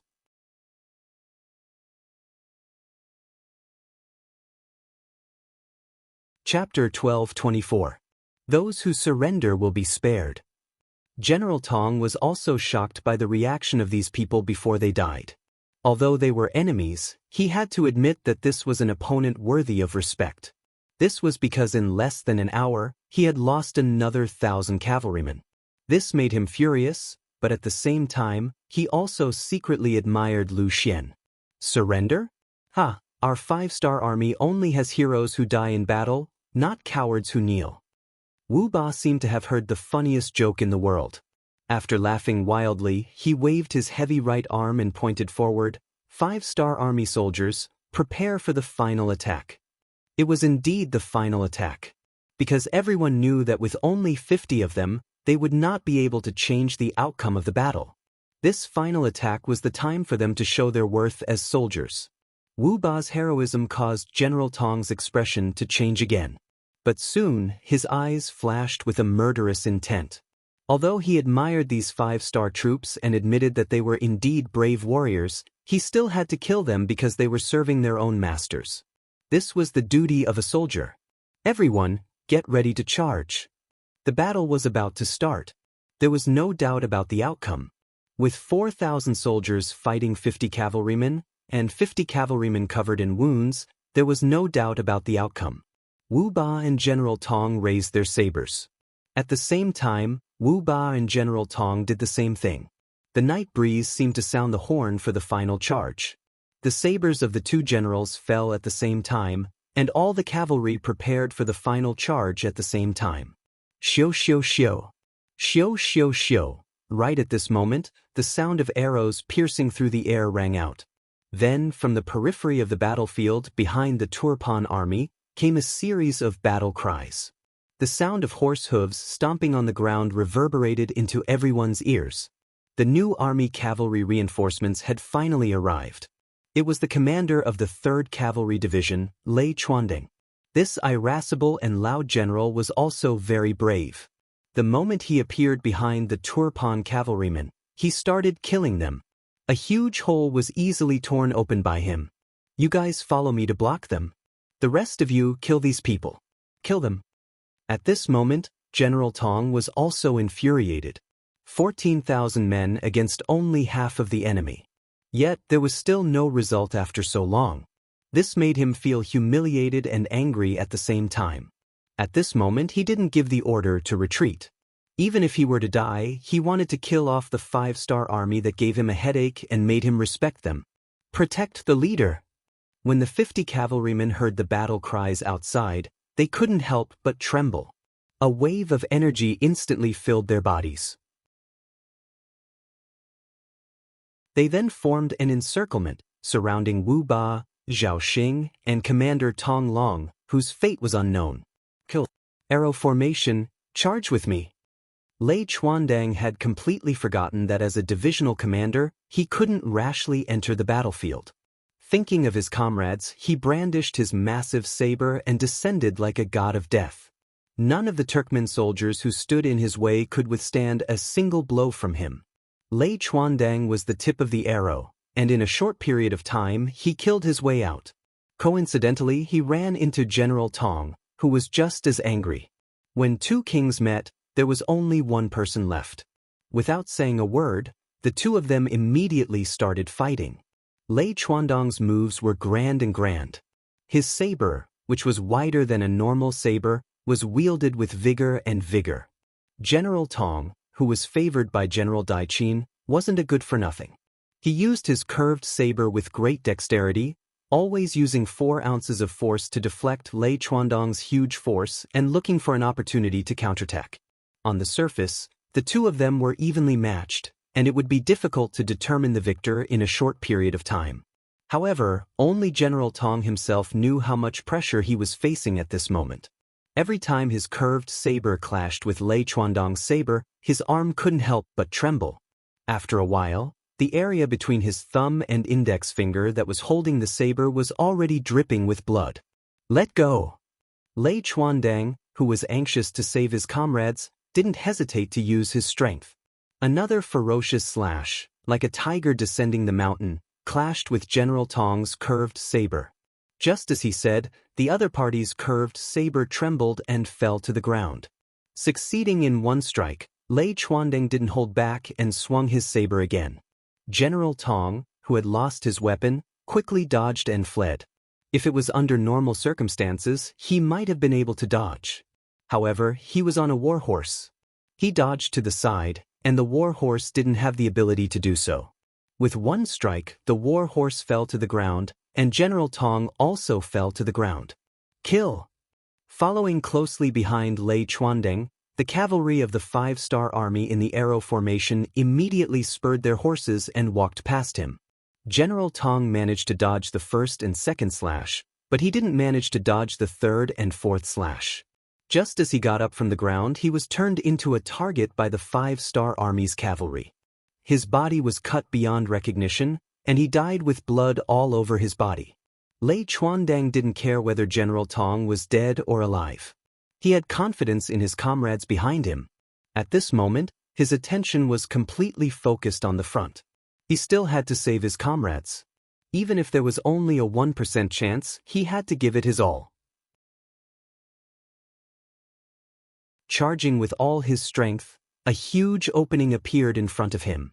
Lei Chuandeng finally reached the center of the encirclement in the shortest time possible. When he arrived, he saw 6 cavalry in the uniform of the 5-star army. They were all covered in blood, and their faces looked as if they were ready to die. "Good brother, I'm late." When he saw that there were only 6 cavalry, Lei Chuandeng, a hot-blooded man, couldn't help but cry. Although he didn't experience it personally, he could feel how difficult and dangerous this battle was. The Commander Lei, you're finally here." Wu Ba, who was riding on his horse, chuckled. It was a smile of satisfaction, a smile of relief after completing a mission. Because of this, he breathed his last breath and fell to the ground from his horse. "Quick, save them." Zhao Xing, who was beside Wu Ba, immediately shouted. Following that, a group of shouts resounded in the encirclement. Lei Chuandong's appearance not only saved Wu Ba, Zhao Xing, and the others, but also defeated the remaining 4,000 Turpan cavalry. When they had the advantage in numbers, they still didn't win. Now that the reinforcements of the 5-star army had arrived and General Tong was dead, the rest of them didn't have the courage to stay here. They immediately scattered like birds and beasts, fleeing in all directions. In comparison, the main force of Turfan was not having a good time either. Commander Su, he brought the entire 2nd Cavalry Division and 2 regiments of the 4th Cavalry Division. More than 10,000 cavalrymen charged into Turufan's main camp from the east like a flood of steel. General Daichin, who was waiting for good news from the north and west, didn't expect enemies to appear from the east. For a moment he was stunned on the spot. Isn't the eastern front guarded by Wuli Ji and 30,000 Ili cavalry? Then why would these enemies appear here? Thinking back to when the Ili cavalry asked him for help, he suddenly understood. Could it be that the request for help wasn't an act, but real? If that was the case, then where did the 5-star army get so many cavalry to be able to defeat Yi Erqiang's cavalry and the Ili cavalry? How did they have the strength to attack him? At this moment, the 5-star army became mysterious in General Daichin's eyes. Such a result made him believe without a doubt that the main force of the 5-star army had arrived. It could even be Bugnam of Gojoseon himself. Otherwise, with the new army's 30,000 cavalry, how could they injure him to this extent? General Daichin, who thought he understood everything, cursed each and every one of the scouts in his heart. He always thought that these scouts had the wrong information, which led to the current defeat. But he didn't know that Yang Chendong's army was still 100 miles away. To reach here, it would take at least a day. It was also because of this wrong judgment that Daichin didn't even bother with the 5-star army that appeared in the east. Instead, he directly gave the order to retreat. Actually, he still had close to 20,000 cavalry. If he counterattacked now, it was very possible that he could defeat Su He's new army. But the shadow of his previous defeat was too big in Daichin's heart. It was so big that he had lost the courage to fight head-on. Daichin gave the order to retreat. He only left 5,000 cavalry to stop the 5-star army's advance. Because behind him was the Turpan capital, he needed time to retreat to inform King Hardenbarter. The king also needed time to retreat. The scout general galloped towards the capital. He did not shout as he galloped on the streets of the capital. He was worried that the news of the army's defeat would spread to the city and cause chaos in the city. This would be even more detrimental to the king's departure. In the palace, Hardenbarter already knew about the battle outside the city. He had already put on his king's clothes and was waiting for the news. He didn't expect that the news of the defeat would come. If it wasn't for the fact that the throne was wide enough, he probably would have fallen off the throne. How did we lose? Isn't Bugnam of Gojoseon still 100 miles away? Isn't there only the 5-star army outside? After calming himself down, Hardenbarter asked the question that was bothering him the most. My king, Bugnam of Gojoseon has appeared. We weren't prepared. The Yarqiang and Ili kingdom's cavalry have all retreated. General Daichin can't do this alone. The scout told Hardenbarter what Daichin meant. What? After hearing that his allies had retreated and that Bugnam of Gojoseon had appeared, Hardenbarter knew that he had lost again. It was a huge loss. A huge loss that would leave the capital behind. Seeing that Hardenbartle was still in a daze, the scout anxiously said, "Your Majesty, General Daichin probably won't be able to hold on for long. Please leave the capital, Your Majesty."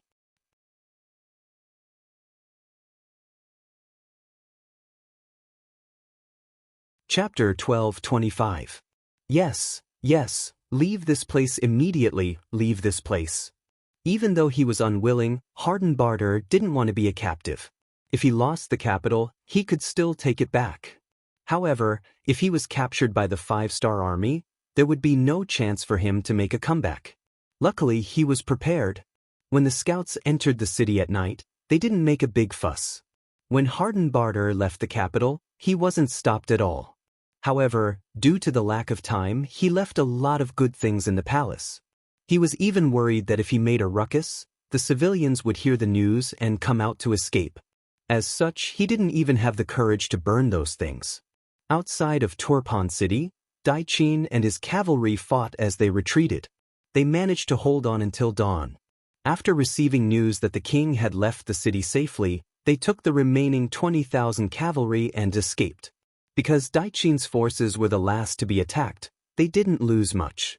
They only lost a lot when they surrounded the Liaodong cavalry regiment. In fact, at this time, the strength of the new Third Army had decreased by a lot. After a night of fighting, they had lost almost a cavalry division. Among them, Wu Ba's regiment suffered the most. Less than 400 of them survived from the loss of 2,000 men. Half of them were seriously injured and would have to withdraw from the army even if they recovered. Needless to say, the Liaodong cavalry regiment was even worse. When the casualties were counted, some of their injured brothers were dug out from the pile of corpses. Even so, less than 500 of their 5,000 brothers were left. 90% of their strength was damaged, and they were almost beaten to a pulp. Of course, after paying such a huge price, it wasn't like they didn't gain anything. On the contrary, they gained a lot. The most direct result was that they took down Turpan City. Occupying this place meant that they had the foundation and strength to rule everywhere. Secondly, there were many good things in the palace that had been taken by the 5-star army for their own use. Their initial estimated value was around 5 million taels of silver, which was enough to make up for all the losses of the 5-star army in this battle. Not to mention, most of the civilians in the city were also trapped by the 5-star army. When they woke up, they were still Turkmen, but when they woke up, they were already captives of the Baiming army. After a bitter battle, they managed to capture over 20,000 people and tens of thousands of war horses. Among them were the 5,000 war horses that Daichin had given to Wu Liji under pressure. Because Wu Liji was in a hurry to escape, they were all captured by the 5-star army. With less than 40,000 cavalrymen, they managed to defeat 100,000 cavalrymen of the Alliance army. This was no small miracle. When Yang Chendong received the battle report on his way here, he couldn't help but smile. Very good, the new army is good, the Liaodong cavalry is even better. Men, tell everyone to hurry up and get to Turpan as soon as possible. This was not because Yang Chendong wanted to see the fruits of victory earlier. He was worried that once the 3 allied forces found that their opponents were less than 40,000 people after daybreak, and the number of people after a hard battle was only more than 20,000, they would suddenly counterattack. If so, everything they had obtained before was likely to be lost. Yang Chendong's worry wasn't without reason. For example, Aleifu of the Yarqiang kingdom also had such thoughts. He even sent people to contact Daichin and Wu Liji to discuss whether or not they should attack during the day when the 5-star army wasn't stable yet. However, he was mercilessly rejected. Last night, as the first Yarqiang tribe to be attacked, Aleifu of the Yarqiang tribe did feel like he was beaten senseless. Especially after the death of his deputy general, when the morale of the army fell to the lowest point, he immediately made preparations to escape. After running for dozens of li and confirming that there were no pursuers behind him, Aleifu smelled a trace of abnormality. Logically speaking, he had already lost. If it was him, he would definitely bring his troops and attack. There was no reason for him to let them go. However, the 5-star army didn't chase after him. What did this mean? There were only two answers. First, the 5-star army didn't place him in their eyes. Second, the 5-star army's strength was insufficient and they couldn't chase after him. As for the first answer, if the 5-star army didn't place the 30,000 cavalry in their eyes, he wouldn't believe it no matter what. Then it seemed that there was only the second answer. For this reason, he hurriedly sent out close to 100 scouts to gather information. Very quickly, the news came back. The 5-star army's strength was indeed insufficient and they were surrounded by the Turpan cavalry.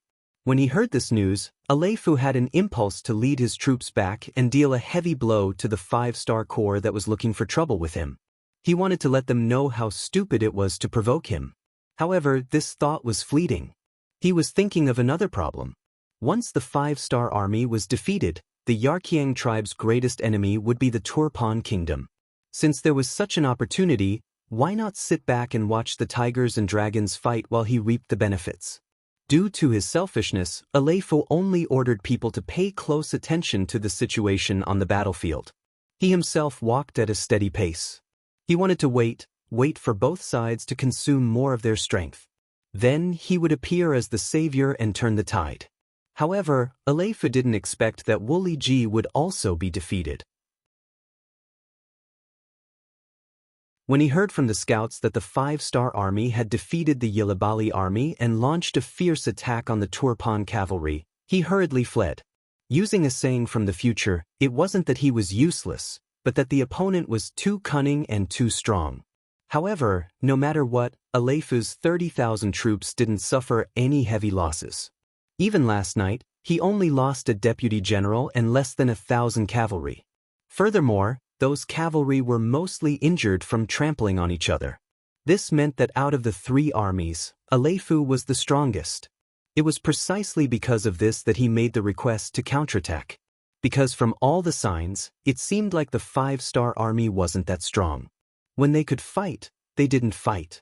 When they couldn't fight, Alefu wanted to fight. Facing this request, Dai Qin directly rejected it. As for Wuli Ji, he had escaped to God knows where last night. Without any helpers, Alefu decided to leave after an intense mental struggle. He didn't want to take the risk. More importantly, this risk wasn't worth it at all. If he really defeated the 5-star army and took back the Turpan capital, what could he do?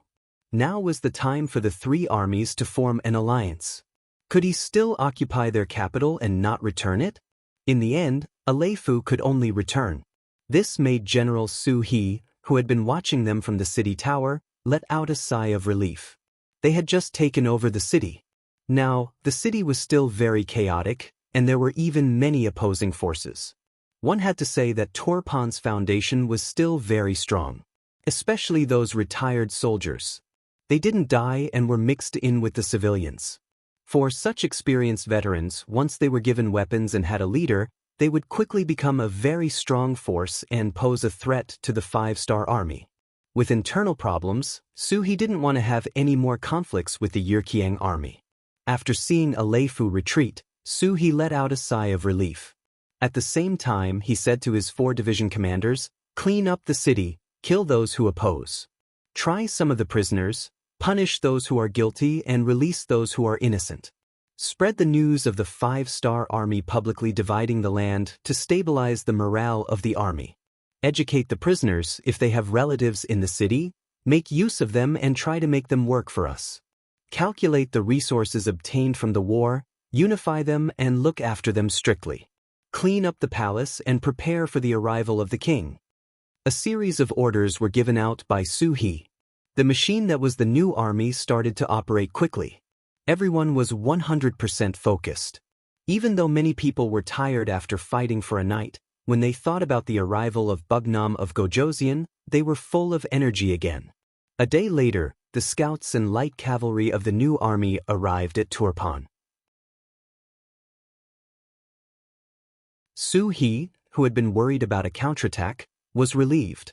On the morning of the third day, Yang Chendong brought 20,000 Mongolian soldiers and the Far Eastern Army's 1st Cavalry Division to Turpan. After more than a day of preparations, the security situation in the city had become much more stable. After a series of orders were issued, especially after the public policy of distributing land was implemented, the Turpan people who were originally worried about not having enough food to eat and clothes to wear in the future were much calmer. As a result, more than 3,000 people came to inquire about the situation. Perhaps they wanted to ask about it themselves, or perhaps it was their friends and neighbors who wanted to ask about it. For these people's questions, He specially sent people to set up a temporary problem-solving department to be responsible for answering their questions.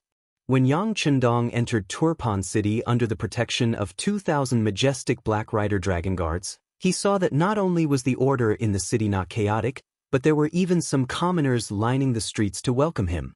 Shock flashed through his heart. "Commander Su, don't tell me you spent money to invite all these people?"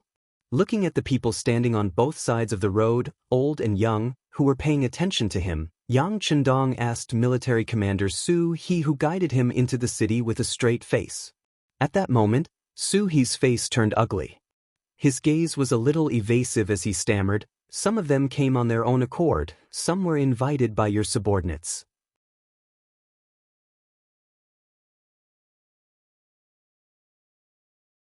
Chapter 12:26. Well, at least you're honest. But don't do this kind of thing in the future. You've been with me for a long time, so you know I'm not a person who likes to pretend. I believe that if we really make these people live better and more peaceful than before, they will sincerely welcome us one day. Yang Chendong didn't blame Su He for this matter, but it was necessary to remind him. As the saying goes, subordinates follow the example of their superiors. Once he started the trend, the people below him would definitely follow suit. Not only would it be easy to corrupt the social atmosphere, but it would also be a huge waste of manpower and resources. Yes, seeing that Yang Chendong wasn't really angry, Su He felt relieved. After testing the bottom line, Su He wouldn't do this kind of trend in the future. Okay, let's talk about the situation in the city. To be honest, this battle was really risky. Try not to do this in the future. Although some things were reported in the telegram, it wasn't as clear as seeing it in person. Yang Chendong was also anxious to understand the current situation in the city. At least he wanted to know how much combat power the new army and Liaodong Cavalry Strengthening Regiment had left, and whether they could continue to attack in a short period of time. Su He had already expected that Yang Chendong would ask, so he already knew the relevant data. This time, it was easy for him to speak. "Sixth young master, the situation is like this." Su He spoke while Yang Chendong listened carefully. When the army arrived in front of the palace, they just happened to talk about the Liaodong Cavalry Strengthening Regiment's commander Tong Long fainted because of exhaustion. After hearing this, Yang Chendong didn't even rush to the palace. He let Su He lead the way and went straight to the nearby temporary military hospital.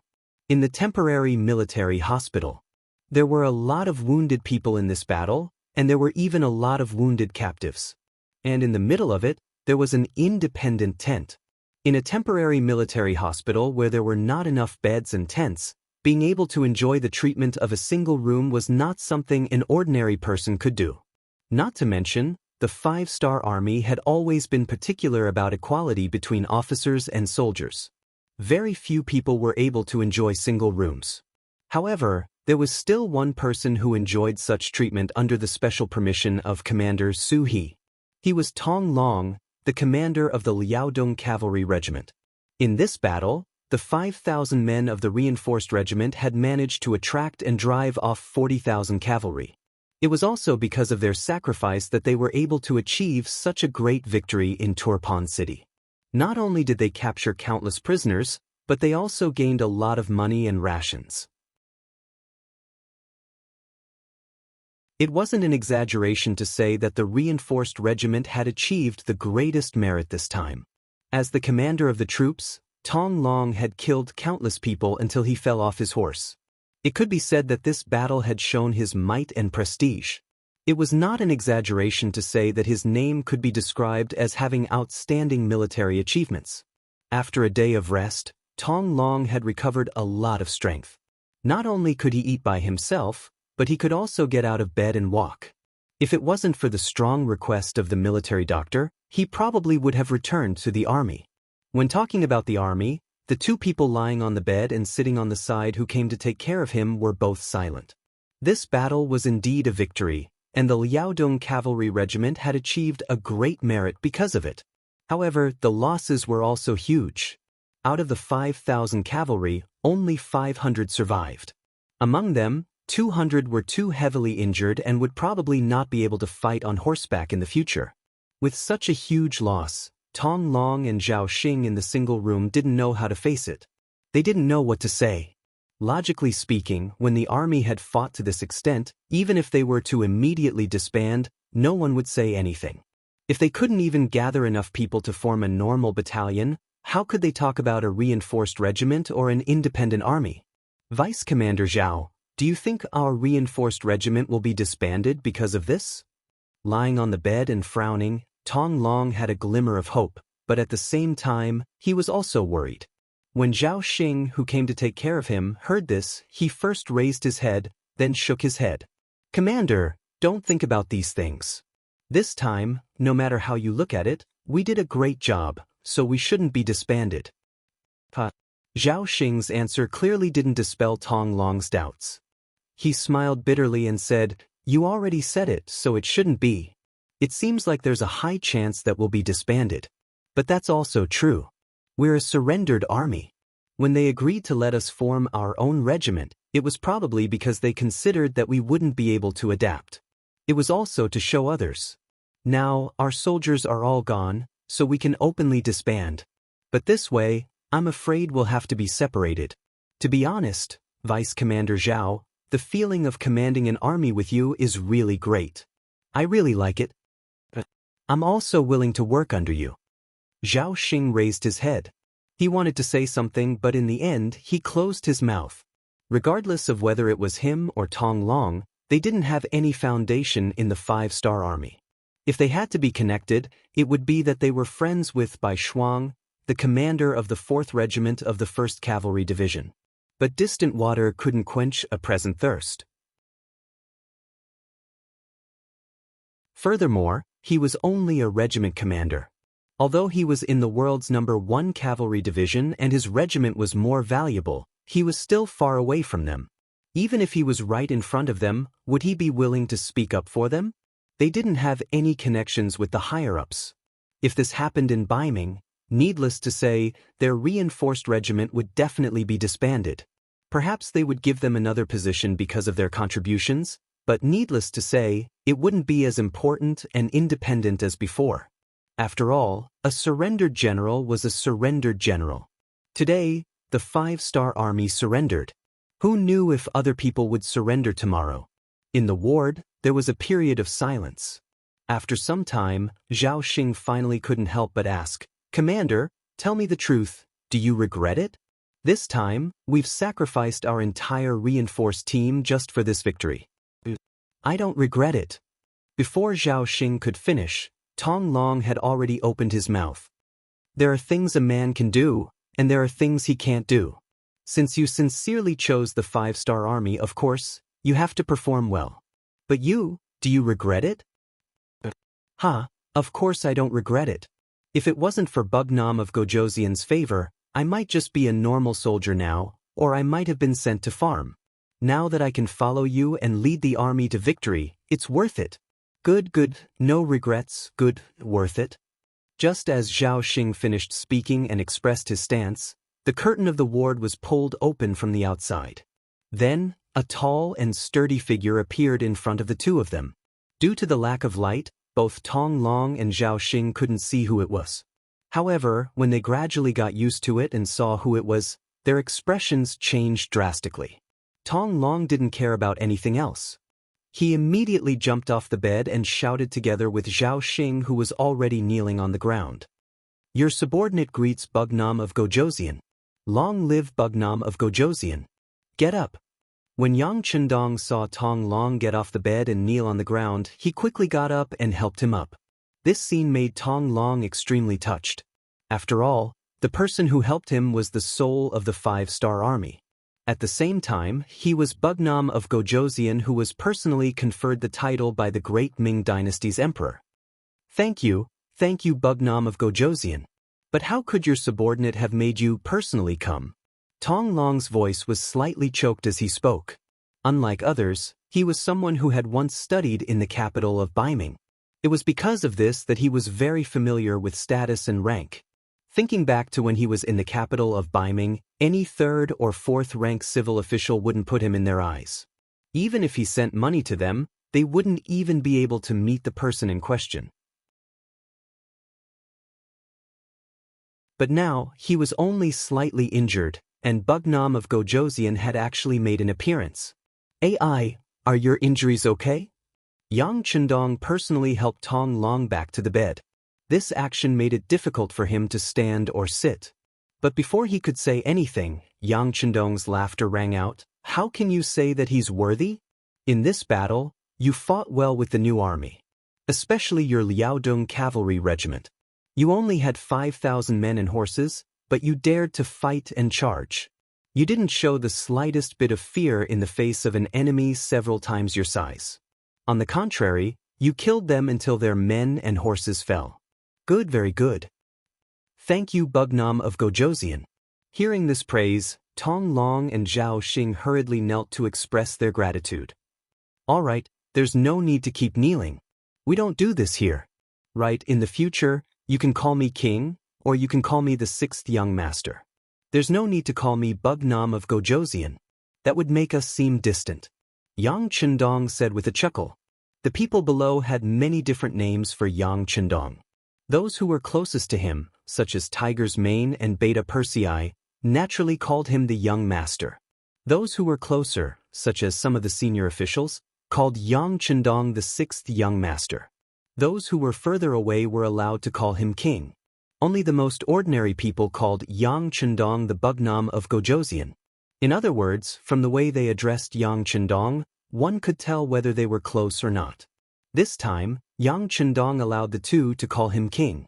This was a sign of closeness.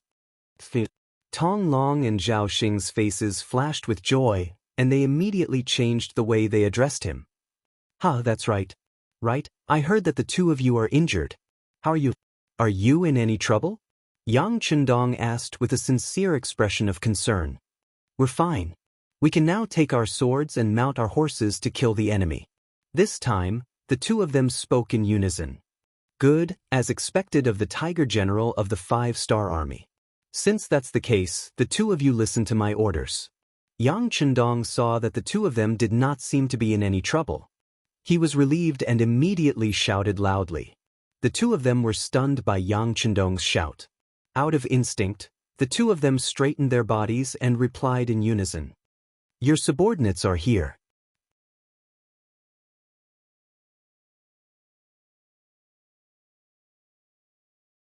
Chapter 12:27.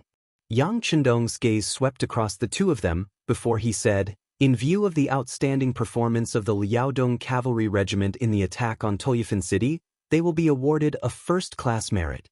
The soldiers who died will be compensated, and the soldiers who are still alive will be given jobs. The rest will be promoted by 3 ranks. Regiment Commander Tong Long and Deputy Regiment Commander Zhao Xing have performed valiantly and will be promoted to Liaodong Cavalry Division. They will be allowed to lead 10,000 soldiers, and will be independent of the other armies.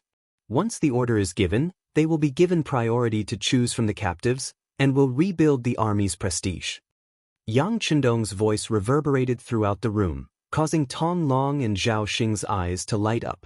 When they heard that they could rebuild the army, and change from a regiment to a division, the two of them were excited. After the order was given, the two of them immediately knelt on the ground and said in unison, "Yes, Your Majesty." This time, all the soldiers will be given priority to be recruited from the captives of the battle. As for the regiment commander, I will make the arrangements for you. There is only one request, and that is to form the army as soon as possible. There will be a big battle ahead. Yang Chendong looked at the two of them, his eyes filled with hope as he spoke. "Yes, Your Majesty, don't worry. We will not let you down. Please watch our performance." At this time, Both Tong Long and Zhao Xing were extremely excited. They had thought that they would lose their positions and would be suppressed. However, they did not expect that in the face of military merits, Yang Chendong would treat everyone equally. This time, they were confident. In the future, when they encountered a tough battle, they would know how to perform better. This was also Yang Chendong's goal. As his power grew, his territory grew, and his army grew. He did not have enough people in his hands. This meant that he needed to rope in some of the people who were previously enemies, but were knowledgeable, to work for him. However, a surrendered general was still a surrendered general. No matter how sincere he was, it was inevitable that some people would have doubts. This time, he had used the opportunity of Tong Long and Zhao Xing's great victory to increase the rewards.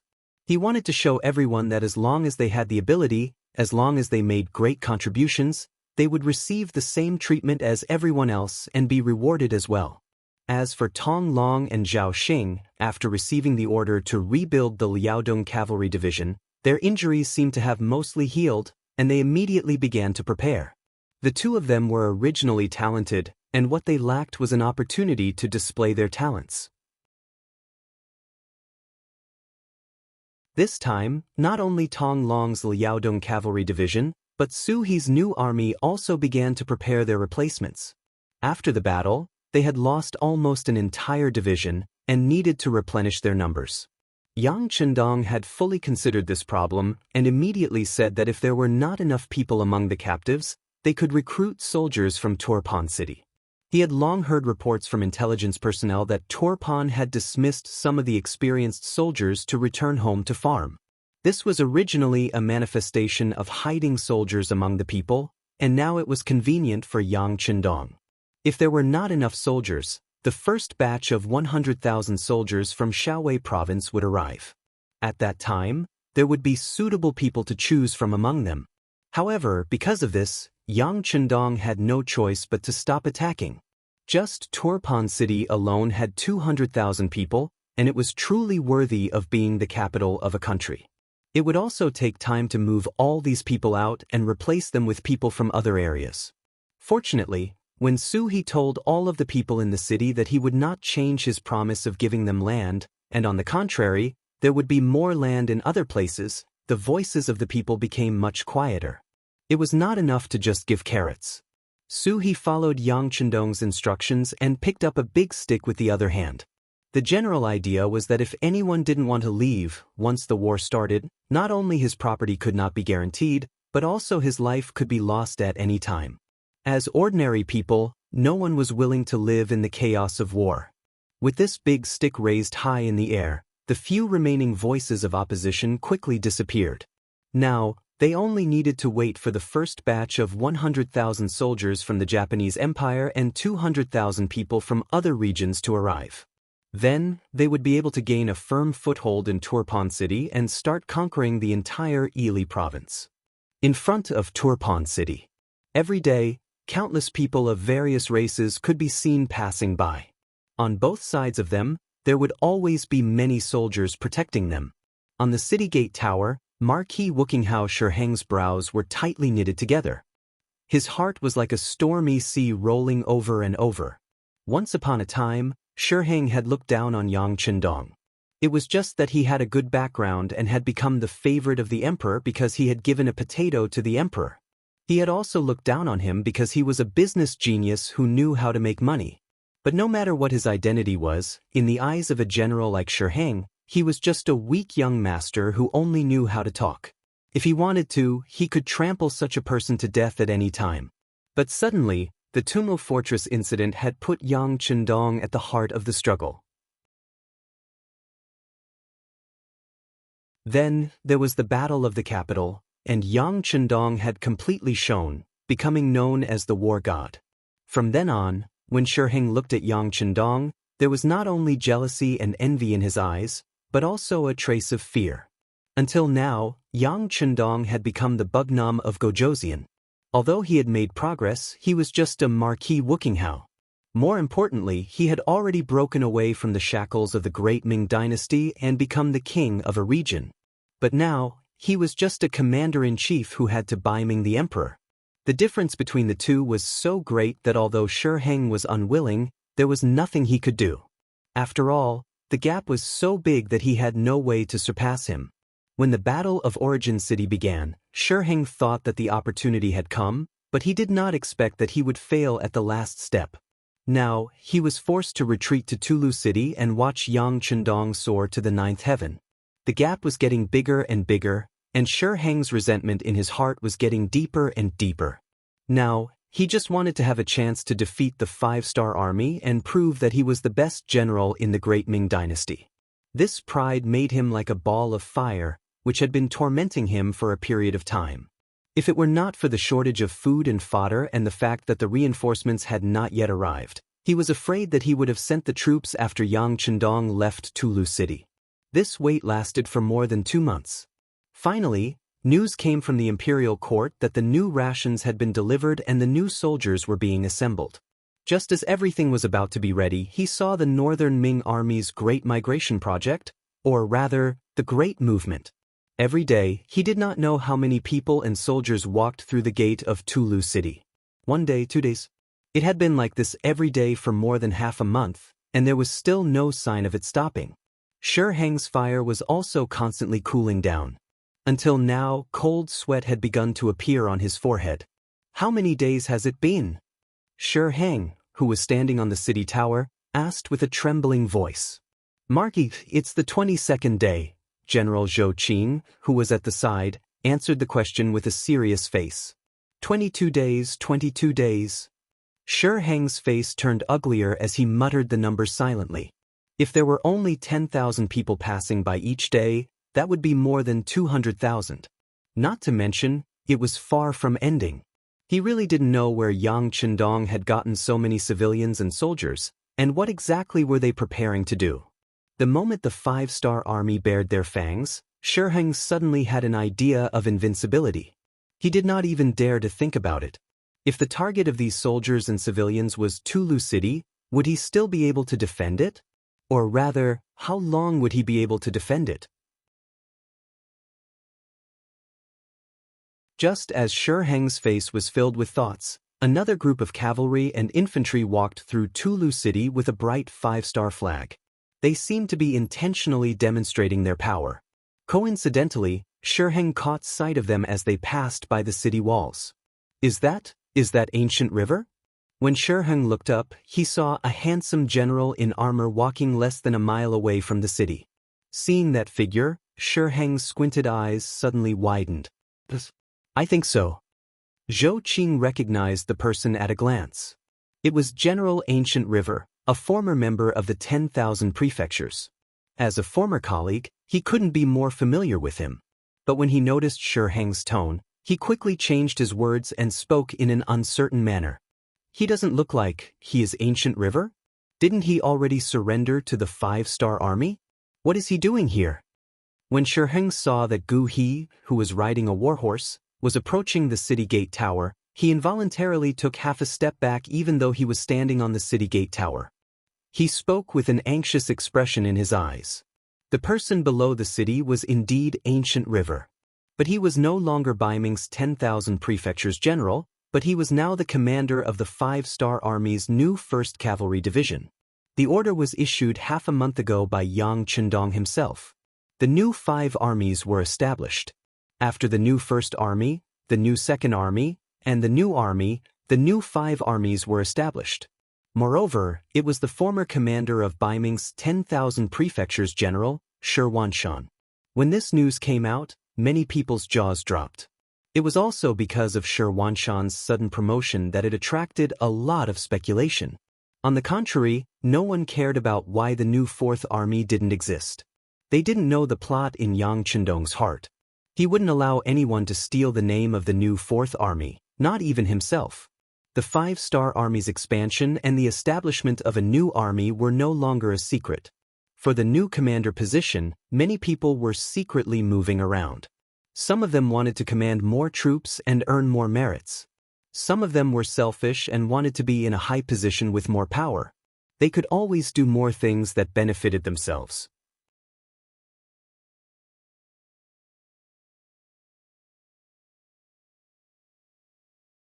Chapter 12:28. For this reason, Yu Mian, the vice commander of the army headquarters, Leng Song, and even the vice commander of the navy headquarters, Gao Xiong, had interceded through various channels. However, no one would have thought that this position would fall on the head of Shi Wanshan, who had just surrendered and had not made any contributions. When the new army commander, Tiger's Mane, represented Yang Chendong and announced this order in front of the officers of Shi City, even Shi Wanshan himself was stunned. Although he had been in charge of an army of more than 100,000 people when he was in Baiming, he could be considered to have the experience and qualifications to control an army. However, this was the 5-star army. As a general who had just surrendered, it was better not to talk about his qualifications. Actually, it wasn't that Shi Wanshan hadn't heard about the establishment of the new 5 armies, but whether it was himself, his old subordinates Gu He and Ning Wenfeng, none of them thought about it. In their eyes, this was something that had nothing to do with them. With their current status, they would be thankful if they could be elected as one of the division commanders. It was not impossible for them to be appointed as a regiment commander. All of this was the analysis of Ning Wenfeng, who was known as the smartest of the 3. In his words, before surrendering, Shi Wanshan had said that he did not want to fight with Baiming. After all, he had come from there. Yang Chendong had also agreed to this matter in the telegram. Now that the new 5 armies were going to fight in Ili, it was very likely that they would be incorporated into it. If this was the case, whether it was as a division commander or a regiment commander, they would still have military power in their hands and could fully show their talent. They were afraid that they would be assigned a deputy position. If that was the case, there would be a main position above them, and it would be difficult to realize even if they had ideas. That would be the most uncomfortable thing. It was precisely because the hope was very low, or even that there was no hope. When the pie fell from the sky, Shi Wanshan's eyes were dazzled and his face was full of disbelief. As for Shi Wanshan's reaction, Tiger's Mane could empathize with him, but he didn't expect it either. However, since this was an order from the young master, he would definitely carry it out unconditionally. Therefore, he only glanced at the petrified Shi Wanshan and continued to read out the order. Order: Ancient River is the commander of the 1st Cavalry Division of the new 5 armies, Liu is the commander of the 2nd Cavalry Division, and Meng Chao is the commander of the 3rd Cavalry Division. Each division has 4 regiments, each regiment has 2,000 soldiers, and each regiment has 400 soldiers. Each regiment has 8,400 soldiers. At this point, Ancient River and the other 2 were also excited. They never thought that they would actually become a division commander. That meant that they could command close to 10,000 cavalrymen. However, no one noticed that one of the officers was clenching his fists, revealing the nervousness and unwillingness in his heart. This person was none other than Ning Wenfeng, the former head of Baiming's Wanquan Du Si. In the Wanquan Du Si, Shi Wanshan was in charge of the overall situation. His breadth of mind also allowed him to have talent in this area. In terms of martial prowess, Ancient River was naturally the most outstanding. It wouldn't be an exaggeration to say that he was a fierce general. However, when it came to the smartest person, the one who could understand the intentions of the higher-ups the most was definitely Ning Wenfeng. Most of the time, this Ning Wenfeng acted as Shi Wanshan's military advisor. This time's appointment was already beyond his expectations. Shi Wanshan was actually the commander of an army, and Ancient River was the commander of the 1st Cavalry Division. However, he wasn't included in the order. Could it be that Bugnam of Gojoseon wanted to separate the 3 of them and not let them work together? But if that was the case, why did he give out the positions of commander and commander? He couldn't figure it out. Ning Wenfeng shook his head and his face was a little pale. He was thinking that as the positions changed in the future, he was afraid that the gap between him and Shi Wanshan and Ancient River would become bigger and bigger. After a long time, the relationship between the brothers would not be the same as before. Just as Ning Wenfeng lowered his head and thought about this, Lieutenant General Tiger's Man, who was standing on the stage, announced that after the Battle of the First City, Yang Chendong was promoted to Lieutenant General. Not only that, but Leng Song and Gao Xiong were also promoted from Major General to Lieutenant General. Lung Feng's Army and Navy Division commanders were also promoted from senior colonel to major general. The only difference was that the commander of the new Second Army, the commander of the new army, Su He, and the commander of the 1st Cavalry Division, Tian Hu, were still major general. Yang Chendong wanted to use this method to tell the world that the Tiger's man of the new army was different from ordinary commanders. He was the leader of all commanders. He opened his mouth and said, Ning Wenfeng is the commander of the infantry division of the new 5th Army, 4th Division, with a total of 15,000 soldiers. Wow! There was an uproar. A commander could command 15,000 soldiers. Except for the earliest Mo Bay Division, it seemed that not many people could enjoy this kind of treatment. But now, Ning Wenfeng had such achievements without doing anything. What kind of person was he? For a time, many people's eyes searched the crowd. At this time, Ning Wenfeng did not hear this at all. He was still entangled in Yang Chendong's purpose. He believed that his ability was not worse than anyone. It was just that his previous superior was Shi Wanshan, his own big brother, so he was embarrassed to take the credit. Since it was to measure talent, why didn't Bugnam of Gojoseon see his talent? Was it because he was too low-key? Ning Wenfeng, who was still thinking, did not know that Tiger's man had just announced his new appointment. He also did not know how many people were envious of him at this time. It was not until a burning gaze fell on him that he woke up from a dream. Then Ancient River, who was beside him, gently nudged him. Hurry up and thank him with us. Before he could figure out what was going on, Ning Wenfeng was gently pulled out of the group by Ancient River. Then, they all gave a military salute that was not very standard. Ning Wenfeng, who had already walked out of the group, was still a little confused. He still did not understand why he stood out. Until Tiger's man on the stage said again, everyone is a talent personally appointed by Bugnam of Gojoseon. I hope you will not let down this expectation. Also, considering that the new 5 armies have just arrived and have not made any achievements, our ranks are lower. Among them, Commander Shi Wanshan will be a senior colonel, and the other 4 division commanders will be colonels. I hope that the next time we meet, you will be promoted to major general and senior colonel like the other armies. After saying this, Hu Mang looked expectantly at the 5 people who had stepped forward. In fact, how could he not want to contribute his troops and give it his all? How could he not want to fight on the battlefield and establish meritorious service?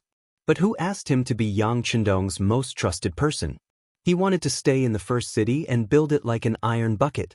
Okay, you can go and prepare. The soldiers can be selected from the Han army, the Mongol tribe, and the small Japanese army that has just arrived. The preparation time is half a month, and then we will send them to the inner area. After saying this, Tiger's man waved his hand. Immediately, the dust settled on the high-ranking officials of the new 5 armies. This decision was completely out of everyone's expectations. The sudden appearance did indeed catch some people off guard. However, this order was personally issued by Yang Chendong. It was said that he only reported it to the army headquarters before announcing it. Even Lung Song, the deputy commander, did not have any chance to intervene. This was enough to prove Yang Chendong's expectations for the new 5 armies. When the meeting was over, Tiger's man left first. The other officers took the opportunity to congratulate Shi Wanshan and the others. No matter what, it was not a bad thing to be on good terms with a commander. Ning Wenfeng, who was in the crowd, was still confused. Facing the congratulations of several officers who he did not even know the names of, he only smiled and cupped his hands. When the people around him gradually decreased, Ancient River gently pulled him, then said with a smile, "What's wrong, Commander Ning? Are you not happy to be in command of 15,000 infantrymen? Why don't we change it?" "What? Command 15,000 infantrymen? What's going on?" Ning Wenfeng was completely confused. His face was full of doubts and puzzlement. He didn't know that Ning Wenfeng had been distracted. He only thought that Ning Wenfeng was sick and wasn't feeling well. He reached out and touched Ning Wenfeng's forehead. Feeling that it wasn't hot, he said, "What's wrong? Didn't you hear when Commander Tiger announced the order just now? You are now the infantry division commander of the new 5 armies, 4th Division. What? Division commander? Ning Wenfeng exclaimed and pointed at himself. This scene was also seen by the other officers who were walking at the back, but they all smiled and shook their heads. They did not care. Obviously, if they were suddenly appointed as division commanders, their situation would not be much better. Seeing Ning Wenfeng making a fuss about nothing, Ancient River nodded. Yes, it was just announced in front of everyone. How can it be fake? I say, what are you thinking? Didn't you hear it just now? Faced with Gu He's question, Ning Wenfeng already didn't care at all. When he found out that he also held the position of a division commander, moreover, he was the infantry division commander of 15,000 men, at this moment, he only felt deep self-blame. What did he mean by Yang Chendong did not have the insight and could not see through people? In the end, he measured the heart of a gentleman with the yardstick of a villain. After a while, Ning Wenfeng finally reacted. Then he looked around and did not see Shi Wanshan's figure. He could not help but ask, "Where's Big Brother?" "Oh, Big Brother went to see the other 2 division commanders." You also know that a person who becomes a division commander will naturally be busier. Ancient River said with a matter-of-fact expression. This order shattered a lot of hope, but at the same time, it also gave a lot of people hope. In the past, it was always said that the 5-star army did not care about seniority and only looked at ability. Some people believed these words, but some people did not. However, with the matter of the new 5 armies, they had no choice but to believe it. Not long after, a new order was spread throughout the army.